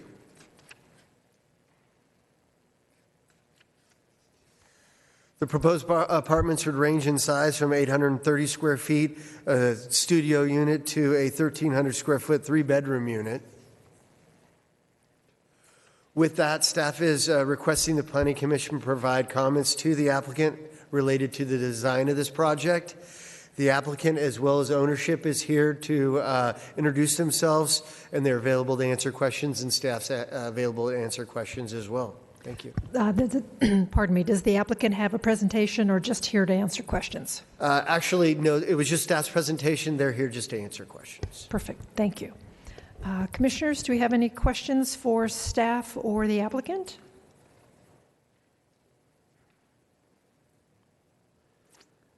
Commissioner Garrettson. Yes, I'm a little disappointed that there's not more changes from what was originally presented in terms of architecture. And we had originally asked for better perspective from the houses around, and I don't see any perspective from the houses just behind it. We have a perspective from Champus, but not from the houses behind it, and that would concern me about the compatibility with the neighborhood. Just comment. May I address that? Sure. Okay. Tony Khalil, one of the owners of the property. Sorry to hear the opening remark from the commissioner that he's disappointed. What we did on the first EDR back on December 4th, which we appreciated your comments, commissioners, collectively. You looked at the site design, grading, architecture, parking and traffic, general comments. In the interest of time, I'd like to just summarize the changes that we've made. Just summary, but then we can discuss individual items. We've reduced the number of units from 25 units to 19 units. That's a 25% reduction in the number of units, although we're allowed up to 27 units based on the 40 DU per acre. We reduced the square footage proportionally of the project by about 2,500 square feet. We reduced the number of parking by only 2 spaces. We continue to provide 37 parking spaces when 33 are required. We maintain the landscape areas at about 2,900 square feet, which is more than what's required. We increased the number of amenities to include multi-purpose rooms, gymnasium, a tot lot, and a casual gathering area. We provided an open fenced area for the casual area on the ground floor, improved public access to the property, eliminated just 2 parking spaces at the entry, since you've expressed some concerns about accessibility. We recessed the 3rd and 4th stories along the exterior at the south side because the concerns regarding the adjacent residential properties. We redesigned the facade architecturally to improve the articulation from the north and the south, provided archways, stone veneers, decorative windows and guardrails to the building and to the coffee shop with a Mediterranean architecture. We added a bioretention basin, 2 of them actually, and we relocated them to blend in with the landscaped areas. So we've made a lot of changes based on your earlier comments from December, and I think they were significant changes. I'd like to, just a side note, this project, the size of this project is identical to the project you just heard prior to this. We're proposing 19 units versus 60. We had, when we looked at this project, we had the option to go affordable housing with the state mandated or state allowed 35% increases. My family bought our first restaurant in San Diego in Vista, on East Vista Way, 26 years ago. And we wanted to privately fund this project and make it a nice project, a livable project where I could live there, my mom and dad can move in, and not turn it into affordable housing and contribute to the proliferation of affordable housing throughout the city of Vista. So, and that's not to speak ill of affordable housing. We're all supportive of it. But we were offered tax credits. We were offered publicly funded construction, but we chose to just go with the privately funded. That's why we're 1/3 the number of units of the previous project that you just heard. But we're, of course, open to any suggestions, recommendations. We value your opinion. We're not professional developers. We're family people, but this is a vacant lot that came across our family, and we decided to go ahead and make good use of it. Thank you for that response. Mr. Ressler, I have a question. The parking for the coffee shop is 3.4 spaces? The coffee shop would be parked at 5 spaces per 1,000 square feet, which equates to 3.4, I think it is. Yeah, okay. Utilizing the state parking requirements, they meet the code the requirement, the state requirement for the apartments as well as the commercial would be a total of 37, and they're providing 37. Okay, all right. Mr. Ressler, do you happen to have a copy of this handy from the first presentation? I do. You know what? Knowing that this was a revised project, I put both elevations together on a slide so I could show the Planning Commission as a backup slide. I can put it up on. Let's see if I can find it. Here it is right here. So the elevation on the left is a perspective was introduced to the Planning Commission on December 4th of last year. Should have been 18, sorry, that shows 19. And the right is the present project. I'm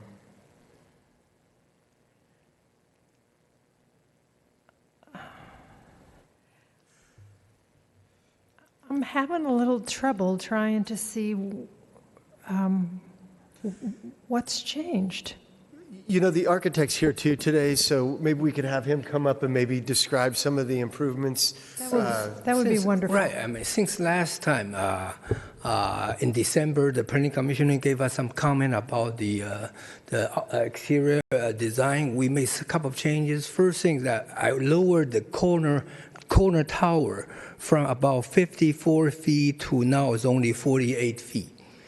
And we modified the color, which was also in the Planning Commission's comment last time. We toned down the color, adding some white walls in between the beige color and light green color. Actually, the green color showing on the right-hand side, the 3D, should be a little lighter than what is showing. So basically, color-wise, we make some modification, tone down the color to be beige color and light green. And in between them, I will use white.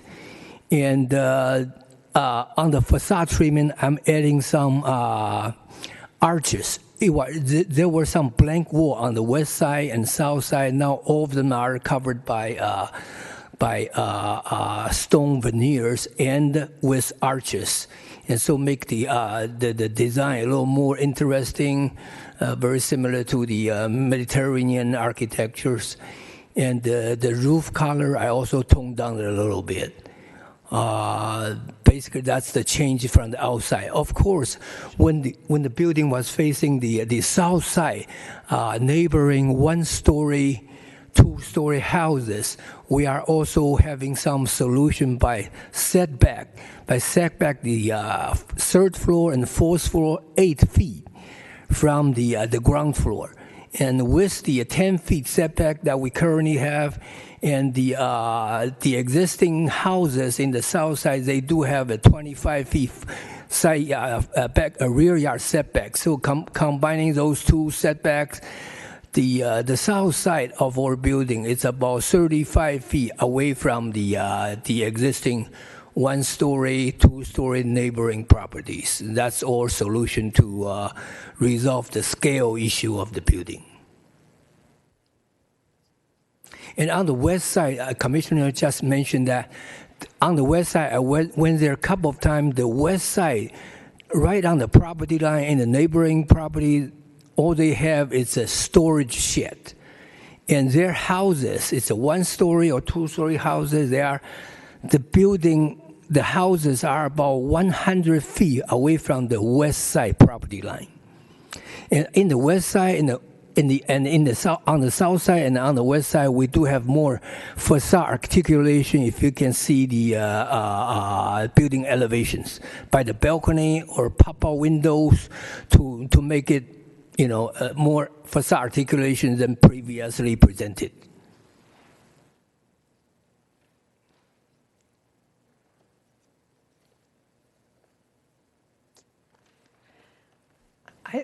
Personally, I still can't see. Architecturally, it looks like it's identical to the one we had before. So I'm from that standpoint, I'm a little disappointed, and I'm concerned because this project will be the first project when you're going down Santa Fe for that area of town. So it really needs to, to be a punch. It really has to, be. Yeah. Mike, can you show the other 3D perspective from the south, showing the coffee shop, right? This is your view from the south. You will first see this one-story coffee shop next door to the existing one-story houses, and then you will see the south elevation and the east elevation of this four-story building. We are trying to put more facade articulation. You also can see that 8 feet setback from the second floor to the third floor and to the fourth floor. And color scheme is pretty much matching the neighborhood. That's why when you are driving from the drugstore from the south, this will be your view. Okay, Commissioner Bell. We're at the stage where we can make general comments. Yes. Just a couple of things. Appreciate the changes you made. I think for me personally, this layout and this set of plans is much more readable to a layman who doesn't normally look at a lot of plans. So I get a much better feel for the layout of the building and entrances and the relative position to the street from the last set. I think this is a big improvement just from a perspective. Thank you. Couple of comments on that, and these are comments that I would make as part of the early design that you should consider, don't consider, take into consideration as you're doing your preparation to work with the city for your submittal. You've got two entrances to the building, and maybe that's the case, but it looks like one entrance on the north side is just for 3 parking spots. Is that correct? Right. That one is we are using that. that open area for parking, which is a little bit separated from the majority of the parking area. Right. Yeah. And I totally get the need to have those spots. I mean, this is part of living in Southern California, right? You got to take advantage and use the spots. Just consider the access going in, going out, with whether you want to make that a right in, right out only, or put some limitations on that, because I think you're going to run into a problem with this 3 or 4 lane road where you have 2 entrances side by side of people trying to come in and out, even if it's only 3 parking spots. So you may consider just putting a restriction on that on your own before you even get to us again next time, if you're going to leave that in. And then just make sure you've worked with the city on the entrance and exit to the garage gate, just to make sure cars can't back up there into the road, because Sunday morning everyone's leaving North Coast, people are rolling back into their apartment building, and you're going to have 3 or 4 cars back up, and you're going to be on the road in no time. I don't know the standards for that, but I assume you guys do, so make sure you look into that by the time it gets to the city, and just be sure to address that. Yes. I like the coffee shop perspective much better. I thank you for the changes. I think that you added a couple of arches and some small changes to the shop, and it makes night and day difference in my mind. It looks much more simple and attractive and fits with the neighborhood, at least much more than it did so. So great, good job on that. And then I would say I appreciate what you're trying to do with the colors matching the neighborhood. I think you may consider that the color scheme of red, yellow, and green may work when it's on a single-story home that's in an older, diverse neighborhood. I don't think it works on a 4-story building. That's my opinion. I think you should consider toning down the colors extremely. We used the example of the previous project we just looked at. They chose one bright color that popped and used the red balconies, and I think that's what attracted people, because you had some soft palettes and then you had one bright color. I think when you have red, yellow, and green, it's just too much.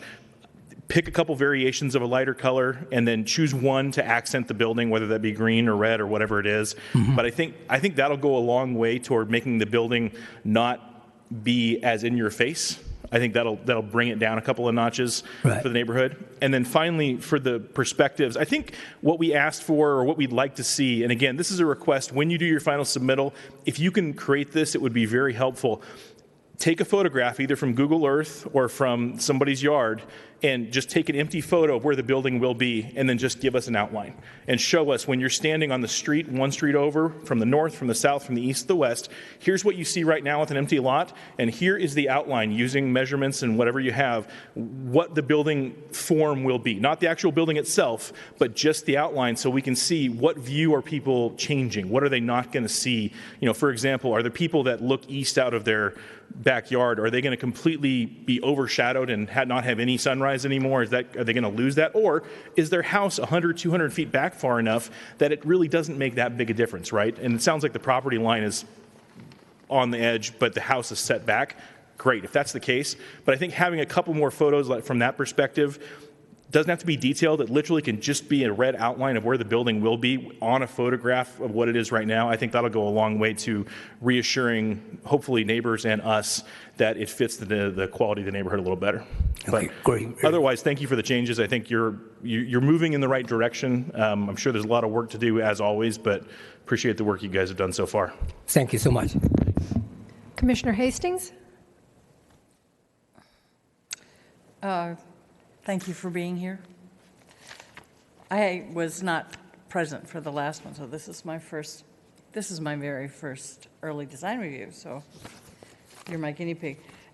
So one of the things that struck me about this picture, since I've only seen the new pictures, is that when I look at the layouts of the building, I can't make it fit the picture.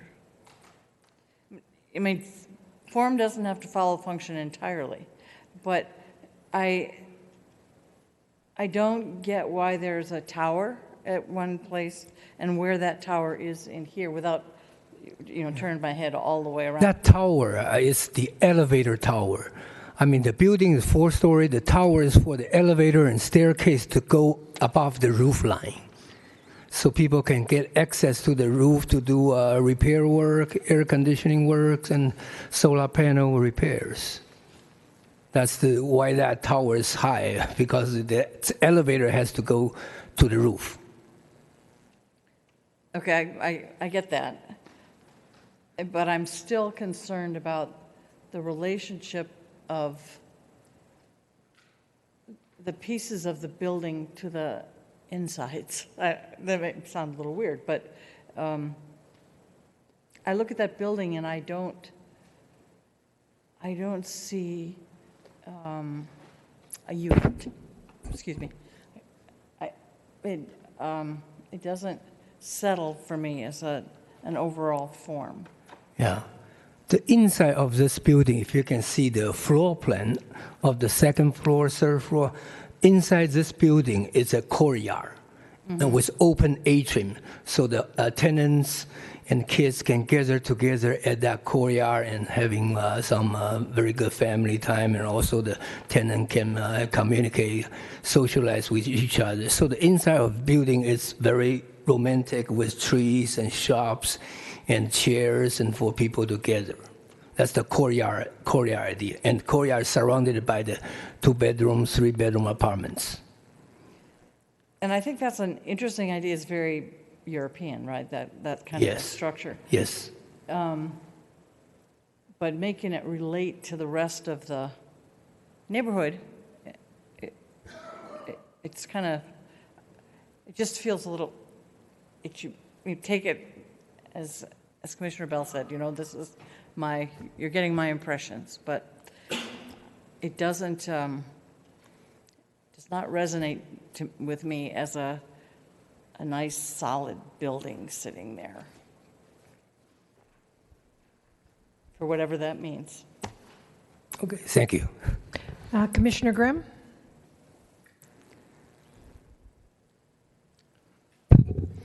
Yeah, you guys are a really great Vista family, and I hope you can get this project to work. I think from my perspective right now, it's not there, and for a couple reasons.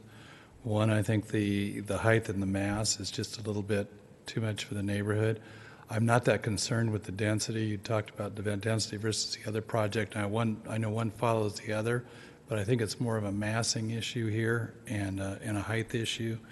And then I think the second issue for me, and I don't know if there's consensus on the commission for it, but to me this is kind of a building that doesn't know what it is.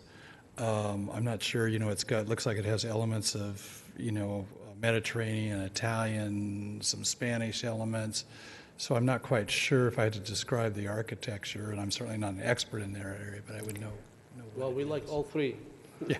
So anyway, I hope you will continue. I mean, I don't know what's going to happen, but I hope if it doesn't work for you, you'll continue to work with staff and bring it to something that we can approve. Mr. Ressler, you have a... So, speaking of architecture and changes to the building, after the original EDR, I sat down with the applicant ownership of the property, and at the front counter pulled up about 5 or 6 of the projects that have been recently approved by the Planning Commission.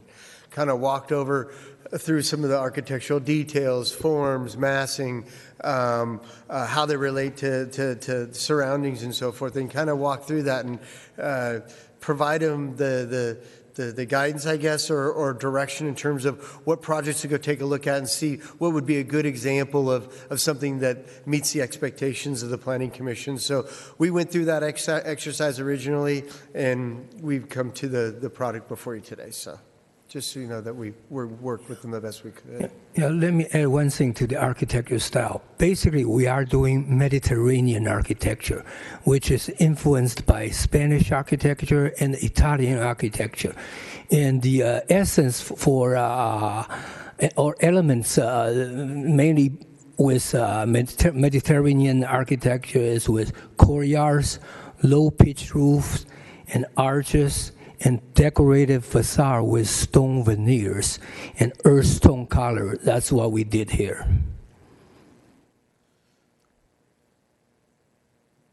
Although the courtyard you cannot see, that's in the building section and floor plan. Commissioner Looney? Thank you. Could you go back to the previous 3D view, please? Thank you. Looking at your floor plan, that's represented on your site plan. Right. The main level. particularly on the south and west elevations. That shows a consistently straight wall that is adjacent to our parking. When I look at the exterior elevations, the south view, which is what we've got on your perspective, when I look at the drawing and I look at the perspective, there's discrepancies with the roof. Can I see your point?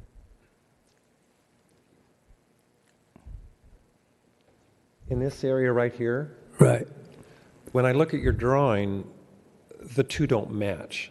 So if there could be some consistency in your 3D renderings with your two-dimensional elevations, that would be helpful. Also, on the south elevation and the west elevation, referring again to those two previously mentioned walls, on your two-dimensional exterior elevations, you show a series of arches at the ground level. Right. However, on the first level floor plan, those are not indicated, and there's no variation of wall depth to create these types of arches. Are you talking about those arches at the ground level of the That's parking lot? correct. On Yeah. the south elevation Right. and on the west elevation. Yeah, you are correct. I think we are, because those arches are being done by the pop-out of the stone veneer. Stone veneer, which is about 4 or 5 inch thick, but we did not show that on the floor plan and the site plan. But because that's only a 5-inch pop-out of the stone veneer, but we should be adding that in the next phase. Okay. That- Because yeah. there's just discrepancies on those, on the three-dimensional plan, on your two-dimensional exteriors, and also on your floor plan. So there's a little bit of inconsistency. Right. We will be adding that. Thank you for mentioning that. Okay. One other item that I think is important to enhance is on the north elevation. At the very center of your elevation, we've got 3 bathroom windows that are stacked on top of each other. And that's the main elevation as we are traveling into town. And I think if you could begin to embellish those like you have the other,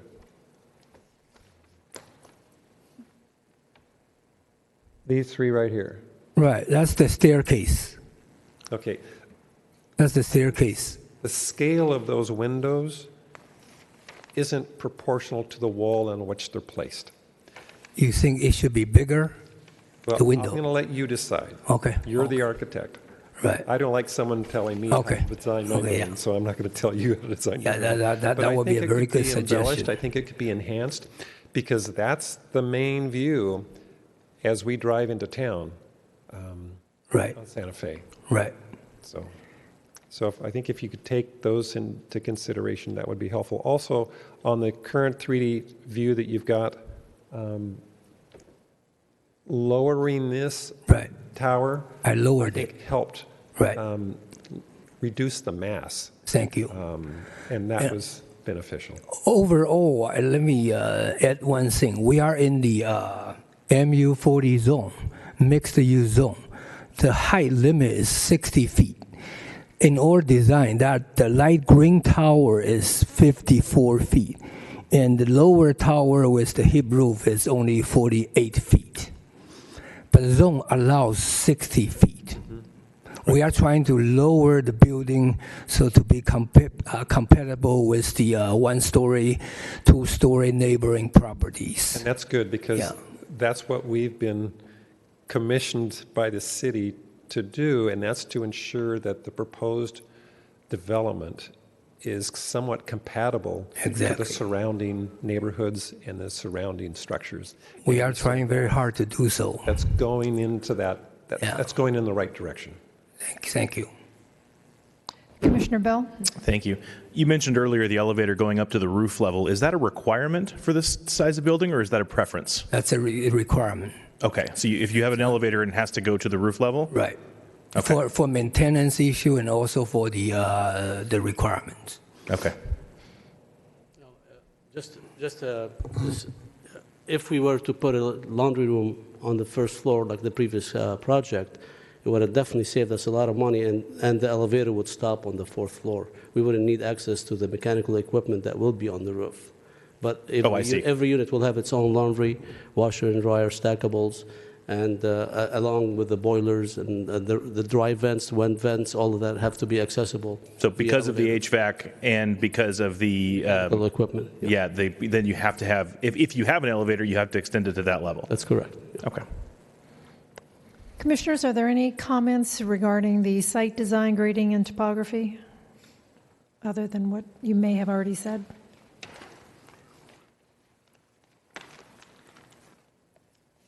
Commissioner Looney? Well, I think what Commissioner Bell brought up, the backup space coming into the main drive, I think that's important because it can become congested. And if we've got two people coming in at the same time, we're going to have one vehicle in the path of travel. Architecture? Any comments? I still think that there's a, pardon me, a lack of a architectural theme, and maybe it's the coloring that my fellow commissioner brought up. Maybe if that were more the same, and then pick a couple of accent colors, or Right. and that may make it look less busy. There's something about it that just isn't quite right. Commissioner, after being here the second time around, and I've seen a few of the presentations before us, I can tell that we have a long way to go in presenting very nice renderings, perspectives. I think it's, like they say, a picture is worth 1,000 words, and I appreciate the Google suggestion with maybe just, putting a form to, I know you realize we are trying to keep this project in the green, and we're now with a number of units, we're marginal. And based on your previous comments, in December, we've commissioned someone to do the perspectives at about $4,000. But I can see where I think it's money well spent for the next, hopefully for the next hearing would be the SDP. We would definitely have a lot more perspectives and more renderings from all angles. I think it'll be easier for you guys to see what the project, because we want to be proud of this project. We don't want to make it a commercial or just an investment. And I think you guys have enough experience to realize that at 19 units with the cost of construction and the land and the improvements, this is for the long haul, for our kids and grandkids. Great, we appreciate that. Commissioners, landscape and project amenities, any questions, thoughts, comments? Parking, driveways, traffic, pedestrian walkways. I personally like the inside walking space to get to the coffee shop. I think that was very nicely done. Thanks to your recommendation before, you asked for improved access from the coffee shop to the units. Yeah, very, very nice. Lighting, safety, neighborhood compatibility, or other? Seeing none. Gentlemen, did you get enough information to understand what we're looking for? And Mr. Ressler, same with you. Did you catch it? As long as they keep going in the same direction and the Planning Commission's happy with that, that's fine. We can work with them. If it's anything above and beyond that, then we probably need to see you again. So if everybody's okay with the direction this project's going with minor modifications, then that's fine. But I just want to make sure that the applicant tonight knows where they stand in terms of what the expectations of the Planning Commission are on this project.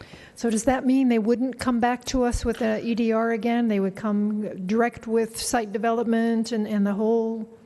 That's the question I'm providing the commission, is that if you feel comfortable with the direction this is going, then they can go through, there's tech reports that need to be done, water quality reports that need to be done, drainage, grading. There's a lot of investment that needs to be done on this project.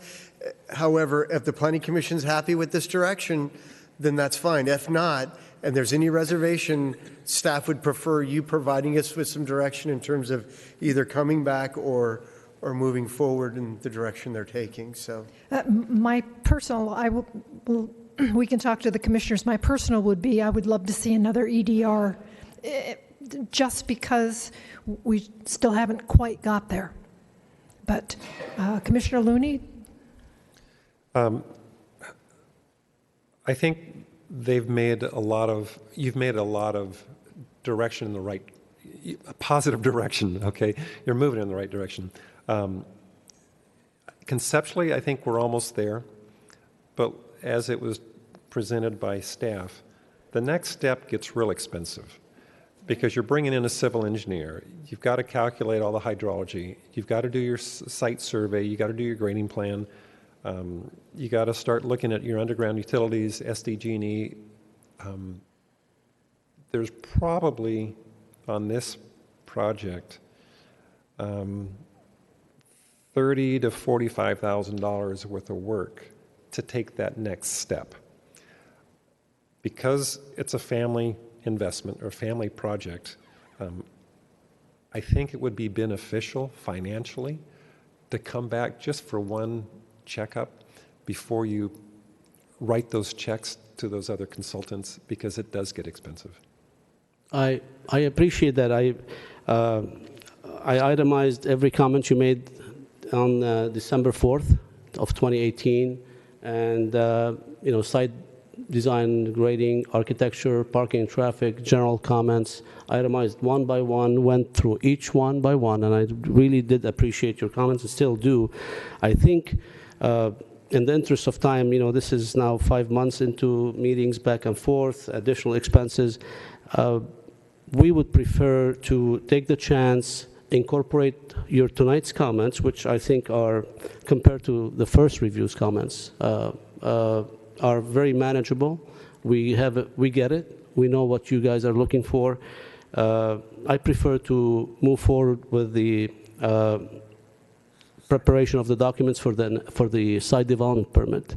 And of course, at that time, at your discretion, you can make comments, conditions, or reject it, or however you choose to move forward. But I'm pretty confident that most of the comments that we heard tonight will be incorporated with the application for the SDP. Okay. Sir? Thank you.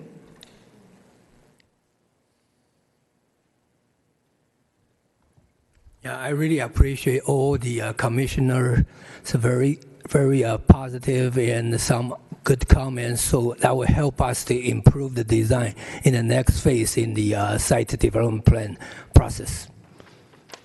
Thank you very much.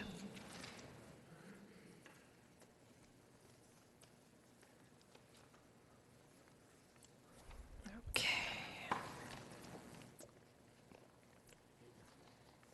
So now we're on to our third item. 619 towns.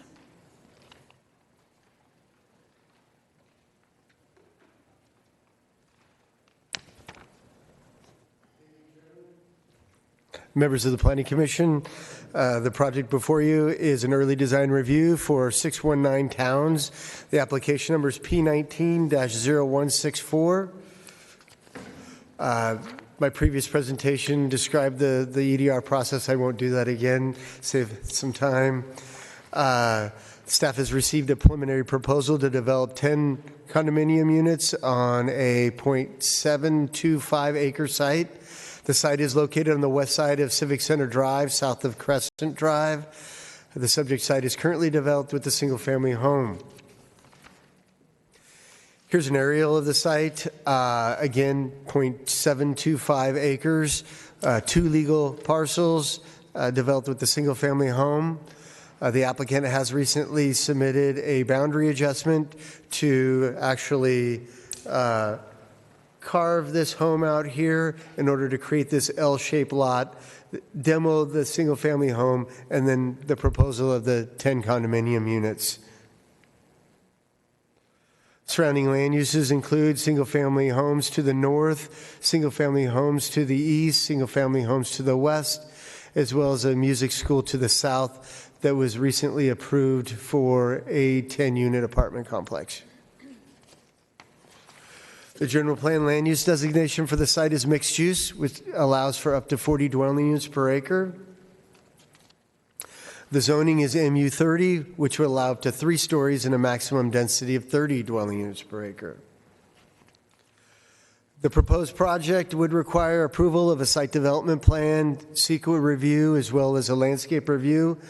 Please note that if this project moves forward in the configuration that it's in, it would be approved at the zoning administrator level, seeing that it's 10 units, unless appealed by the Planning Commission once that decision's been made at the zoning administrator level.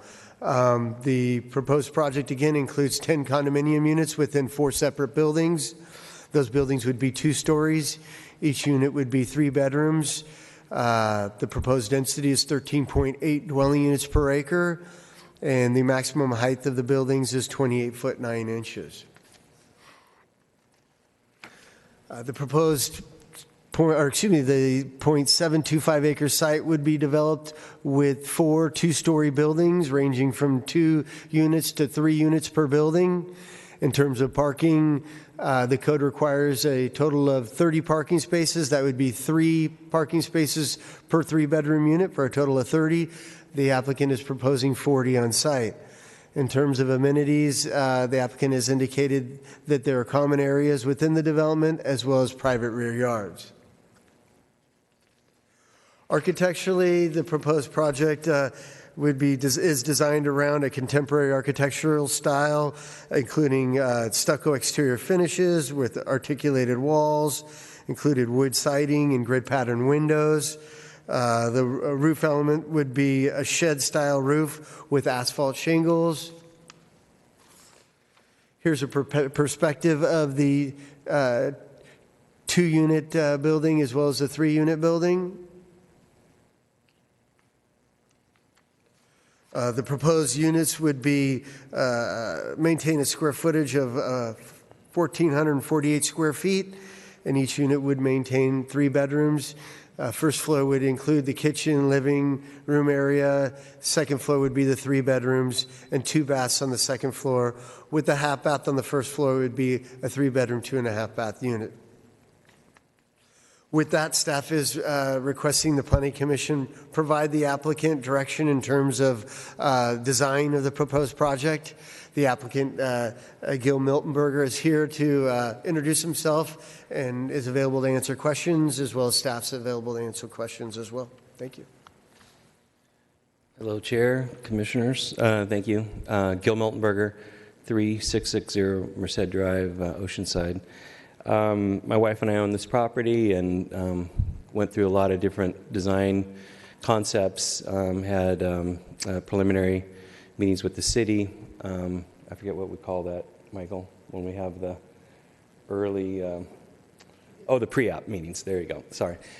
So one of the things we looked at, I was looking, the project next door at the music store was going through review. So I wanted to look at the architecture, kind of see how what I would do would fit in with that. Also considering the homes to the, I guess that's technically to the west of me, behind me there, is what are the elevation of the homes, and the Bowmans are here this evening, and I've met with them. Once the site's graded, it actually sits below them currently, but once it's graded, it will be about 14 feet below their house, and they're the most immediate house, single-family home that I'm adjacent to. So really was trying to create kind of the feel of a single-family home, but attached, 2-car garages, direct access to each unit, and then each one has a driveway that has 2 guest parkings available with that. And so generally that's it. I have a quick question before we start doing what we do. The house that's located on the conceptual site plan that's not correct, not part of it, is that your home as well? Do you? It is. I have it rented out right now, and you can kind of see there's the 2 cars that are parked there, and there's a detached garage that's part of that. One of the things is that as we go through with the engineering, the idea is that you can kind of see how both driveways are parallel right next to each other. And from an engineering perspective and traffic folks, they would kind of like that consolidated. So one of the ideas is that's why with the drive, I have it kind of actually sits partially on the single-family homes lot, so it would access their driveway, so it would only have one curb cut at Civic Center. Do you plan to do anything with that home so that it looks like what you're trying to design in your condominiums? I think more of how it relates to architectural. That little part of town right there, it's in transition. I think right now in front of the house is kind of just a cut slope. I'm assuming that I would probably, and this was brought up in the early, in some of the meetings with staff, is maybe having some material that would continue on with that. So you would try to pull from that house into correct, because I do have to condominiums? relocate the driveway slightly. So Okay, all right, we will begin.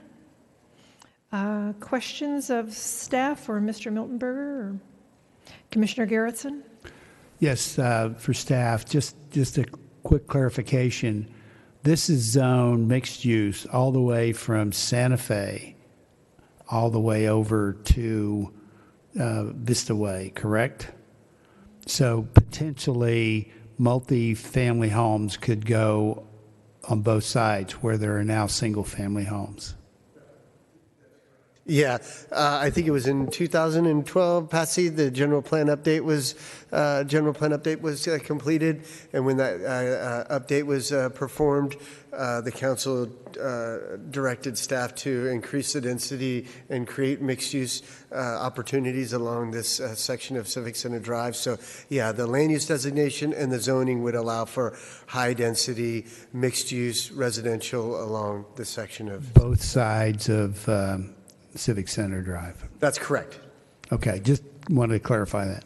Yeah, I think I have the zoning map. Just this is a vicinity map here, but you can kind of see here where the properties that are along Civic Center, the mixed use goes just one property depth in from Civic Center on the east and west side of the street.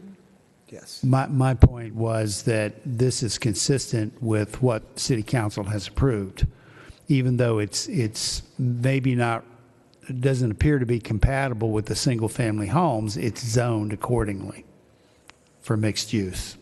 Yeah, I guess from staff's perspective, I've got this image here that talks about the availability to go up to 3 stories in this zone, but the developer has chosen to do a 2-story product, and he might even get into that in further detail, but I think the whole idea was that the single-family homes around it would be able to go up to a 2-story elevation, so this would be somewhat consistent with that area, but I don't want to speak for him. He can kind of give you a better understanding what his vision was for the site. Commissioner Looney? A question for staff. In this zone, is there a minimum lot size? Because if we're going to provide, if we're granting a driveway easement, that restricts, if this is a separate owner, if I owned that adjacent parcel that the easement was encroaching upon, I really can't do anything with it. But if there was a common owner, that's why I'm just getting back, is there a minimum lot size? Yeah, we have a 10,000 square feet. And I'm thinking, Gil, you might, the property that you're carving out, size of that property? it's 10,000 square feet. Okay. Yeah, both lots were approximately 20,000. Okay. So, and then with the boundary adjustment, making the developable area, then the lot that's left with the existing home is 10,000 square feet. Okay. And then you said there was going to be a driveway, or there would be access to that existing home from the proposed drive? Or do they still correct. have their own individual curb cut? My idea, and which I'll have to go through and discuss with engineering, but currently, instead of having 2 side-by-side driveways, consolidate both pretty much on the common property line, and then the 10-unit project would take access, but also then the single-family home would also be able to take access. Okay, because that, according to your grading plan, that might be a challenge because of where the existing garage is placed and the cut slope that you've got on that south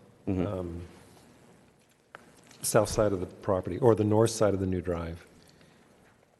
Yeah, basically the garage lands, I think it's at 403. And so we try to match the driveway that comes up, so it actually is very similar in slope as the existing driveway on the single-family home. Because your existing garage pad is at 405. Correct. And the adjacent grade just south of the existing garage is at 405. So you're going to have to make up that distance of 6 or 7 feet within that curb cut, or within the cut of that slope. So I think there needs to be a little bit more detail on the grading plan Yeah, to the make sure that engineer. it works. Okay. Because it's going to require a lot more grading on the parcel of the existing house that's going to remain. Okay, thank you.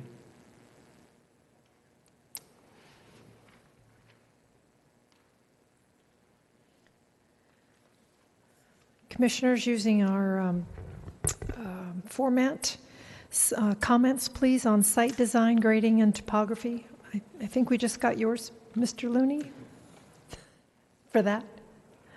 Grading. The project, or the building, the proposed buildings looks forced. It looks like it was shoehorned in here. I mean, it works, but it doesn't really work. I think it's going to be problematic in the future, just because of the way the buildings are sited on that tight lot.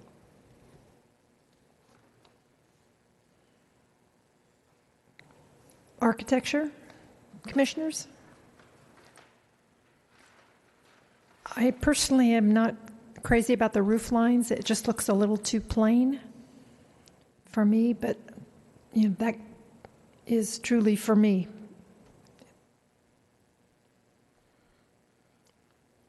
Commissioner Looney? I think you've got a good start architecturally. I think it needs to be carried another 4 or 5 steps to begin to articulate the mass, the roof, the walls, the coloring. It's a little too basic, and there's not a lot of continuity right now. You've got different roof pitches. Looking at the west elevation on your sheet A101, you've got 3 or 4 different roof pitches. And I think if you begin to tie some of these elements together and to be consistent, you're going to end up with a much stronger concept and a much more attractive building. Do you mind if I comment to that? Or is Please. One of the intent was to have each of the units somewhat feel, I guess, with the articulation of the roofs, the up and down. That's what I was trying to achieve with this. But also when you get to the threeplexes that have the color change in the center, really with having the lighter stucco, having the dark windows, like the bronze windows, if you have a lighter stucco, then it really pops. I don't know if that's a technical term, but but I think that was intent. And also around the wood siding, you know, those are popped out about 8 inches. And so the whole idea is to bring articulation, but also a material change. And anytime you add a material change, it's nice to dive it into a wall, in the sense just having it floating into stucco. So and also so that's generally what the thought process was on that. But we can work on the roof lines. I think so, because right now it's represented as white windows on colored walls. And I think if you have white windows on a white stucco, that's fine. Again, looking at the north elevation, again on sheet A101, you've got white windows on the second floor, and then you've got a darker colored door on the main level. So again, just let's try to get some consistency on our elevations, and I think that would really benefit you. Commissioner Bell? Thank you. Is the intention to have a small yard space behind each unit? Correct. As you can tell from they're side loaded, the front doors are. And so the idea is there would be a fence line, so you'd create a side yard, but also a rear yard. And those would be exclusive use areas for the individual units, which typically in this mixed-use zone, you wouldn't achieve that. You would have kind of common area that anyone could go on. This idea is that you could have a small dog, a patio, a barbecue. Yeah. So I guess I'm looking at Unit 9 specifically. That was the one that threw me. So that's the middle unit in the 3-plex. So I see how you'd get the side yards on 8 and 10, but I guess I don't understand what 9 would look like. You'd come out either a slider on the back or a regular door that would go in there, but you would not have access from the other sides. Yeah. But it would be up against the retaining wall in the back? Correct. Okay. I could make a joke about yellow and red color schemes. I won't do that. I think that your choices are good overall. I actually like the style of the roof lines and for this spot, just generally it brings about a feeling of simplicity that I think hopefully wins you some peace with the surrounding neighborhood, not intruding too much into the existing neighborhood, which is always tough. That's everybody's problem, right? Building new. But I defer to the other people who have more experience with architecture on how to differentiate the buildings and how to go about that. But otherwise, I do appreciate the initial layout at this point. Commissioner Hastings? I was interested in what your intention in having the 4 separate buildings was, to have the 3 and the 2 units. I did look at some alternatives, but the livability when you look at the 2-plex is that you only have one shared wall and you have 3 sides for opportunity for windows. So it's bringing in natural light, the livability of that. But then so you basically all 8 units will have 3-sided opportunity for windows, and then only the interior units, which are actually a little wider because the front entry door is off the front. So you get a little bit bonus because you'll probably have a little bit bigger unit. But hopefully that answers your question. Well, yeah, I just wondered if there was some special reason. Also, I was sort of struck by the comment that this is a little shoehorned, and splitting out those things like that takes up more space on your lot.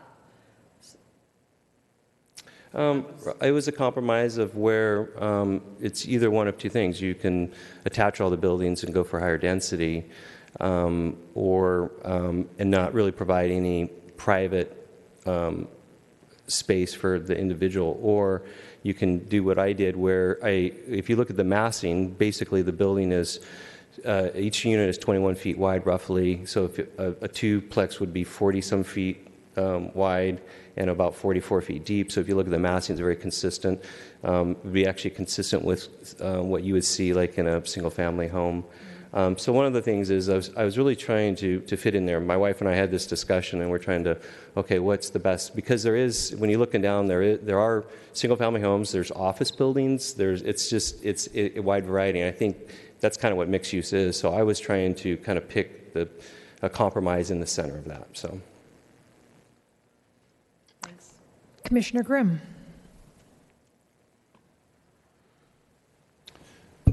Yeah, I just agree that the architecture needs more work. I think, when I look at it, to me, it's got a lot of hard edges on it, and maybe could do something to kind of soften the building up a little bit. And that's my only comment on it. Next, landscaped and project amenities.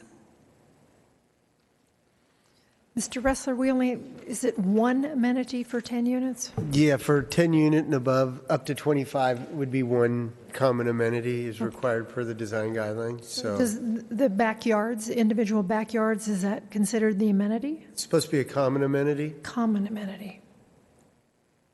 However, it's at the discretion of the planning commission. I mean, this, What are your thoughts? My personal thought is having my own backyard is a nice amenity versus, sharing a barbecue with 9 other people, 9 other families. I think walkability to a nice neighborhood, or to what will be a great neighborhood as it grows and changes, both the downtown. I think requiring an amenity in this space, if we're going with this layout, would be shoehorning something else in. Yeah. I think that the policy and motivation in allowing for mixed use in this area, I think, is to promote walkability and connection with the downtown area and eventually Civic Center and the Paseo area, which this is relatively close to. So this isn't an isolated unit that's being built somewhere far away. I feel like this is a lot closer to the existing community, so I don't feel the need to force in a common area amenity in the same way I would if this was a mile or 2 east or another area. But that's my take. Well, backyards, too, are only about 4, maybe 5 feet in depth. And that's for units 4 through 10, so all along that back side. So They're small. they're small. 8 feet was what our goal was. So the current, what you see there with my civil engineer, they plotted that they would 8 feet. You show 2 retaining walls. Correct. The total setback, I think, is 17 feet. Right. It's required is 15. It's 17, and then there's basically a flat from the structure to the first wall is 8 feet, and then you have the walls. So you would have approximately 8 feet flat. Okay. And in the width of the unit. It doesn't look like it scales that much. So again, if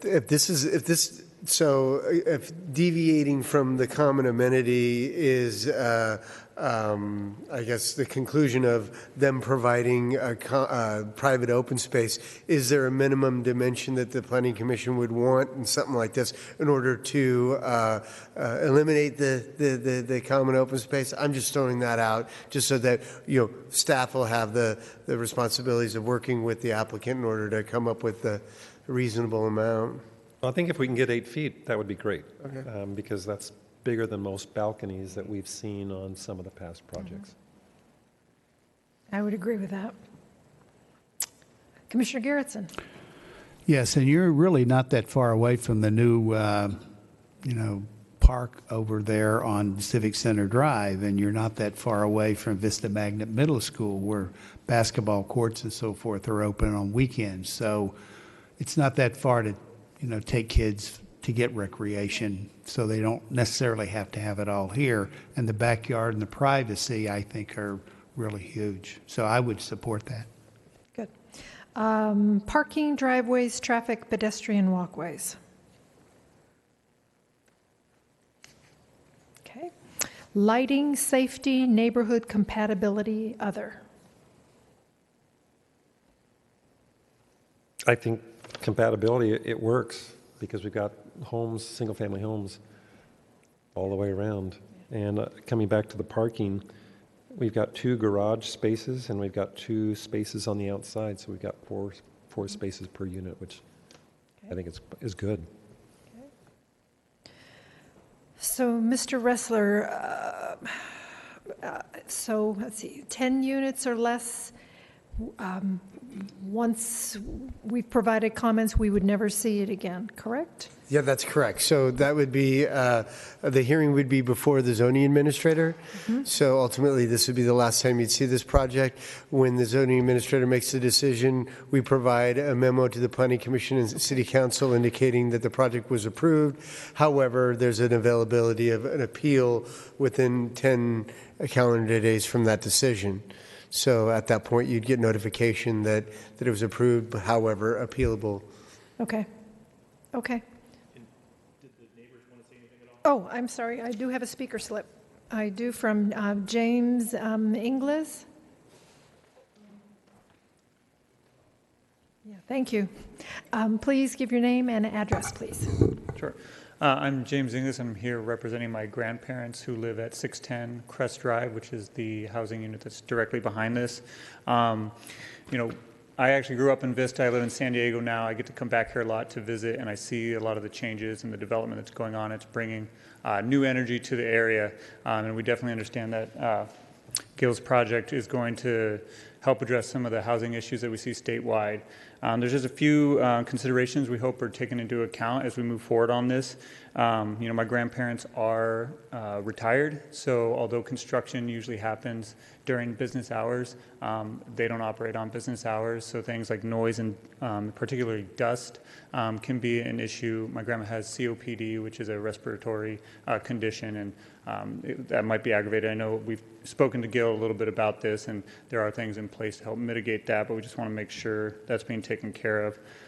Also, as we go through this project, I personally would be interested in seeing the drainage and soil studies just to make sure that they're taking into account the runoff from our property and how that's going to be taken care of, as well as was brought up before, perspectives like the elevations from our vantage point. It sounds like we're not going to have too much over our fence line, but it'd be nice to see what that looks like in a 3D modeling, if that's possible, working with the developers. So those are our thoughts and processes. I'm glad we were here tonight to kind of air those. I was under the impression that this was not the last time you guys would see it.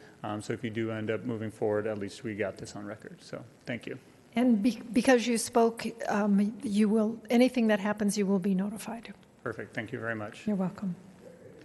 I guess keep in mind that the zoning administrator meeting is a public hearing. So that being said, that all property owners and occupants within 500 feet will be notified of that hearing. Perfect. Okay. Mr. Ressler, did we provide you the information from the city standpoint that satisfies? I think the two major issues that I heard was make sure the rear yards are appropriate in size in order to accommodate the elimination of the common open space. And then in terms of architecture, staff will work with the developer in order to refine his design. I think the whole idea, correct me if I'm wrong, Gail, was the project that was recently approved next door had a contemporary look. Gail was kind of working off of that. If we can get the same quality as that project and maybe even better, who knows? I mean, but just make sure that we're getting something consistent with that. I think that was the goal of what he was trying to achieve. So. And did we provide, Mr. Miltonberger, did we, the Planning Commission, provide you with enough input for you to move forward? Yes. Good answer. Okay. We have done our job. All right. Student Commissioner, do you have any comments? Sorry, I forgot to ask you that. Nope. Okay, thank you very much. All right, so now we're reports, comments from the commission members. Comments from the Community Development Director. Oh, Commissioner Looney. The turnabout on Mar Vista has received a lot of TV coverage and press coverage. The last 3 days, though, it works really well. I've got an earful of comments from other people, especially when the bus got stuck. But it works. Good. It works really well, and traffic flows through there quickly and easily. So I just wanted to bring that one item up. Well, how's the backup on Mar Vista coming from 78? Is that less than it was before the stop signs? Yeah, because the traffic pretty much keeps moving. That was one of the major issues. There is a little bit of backup leaving Santa Fe going out to 78 because of, and from what I spoke to one of the councilmen's about, it was intentional, to where they brought that curb tighter to where the lane is narrower to slow traffic.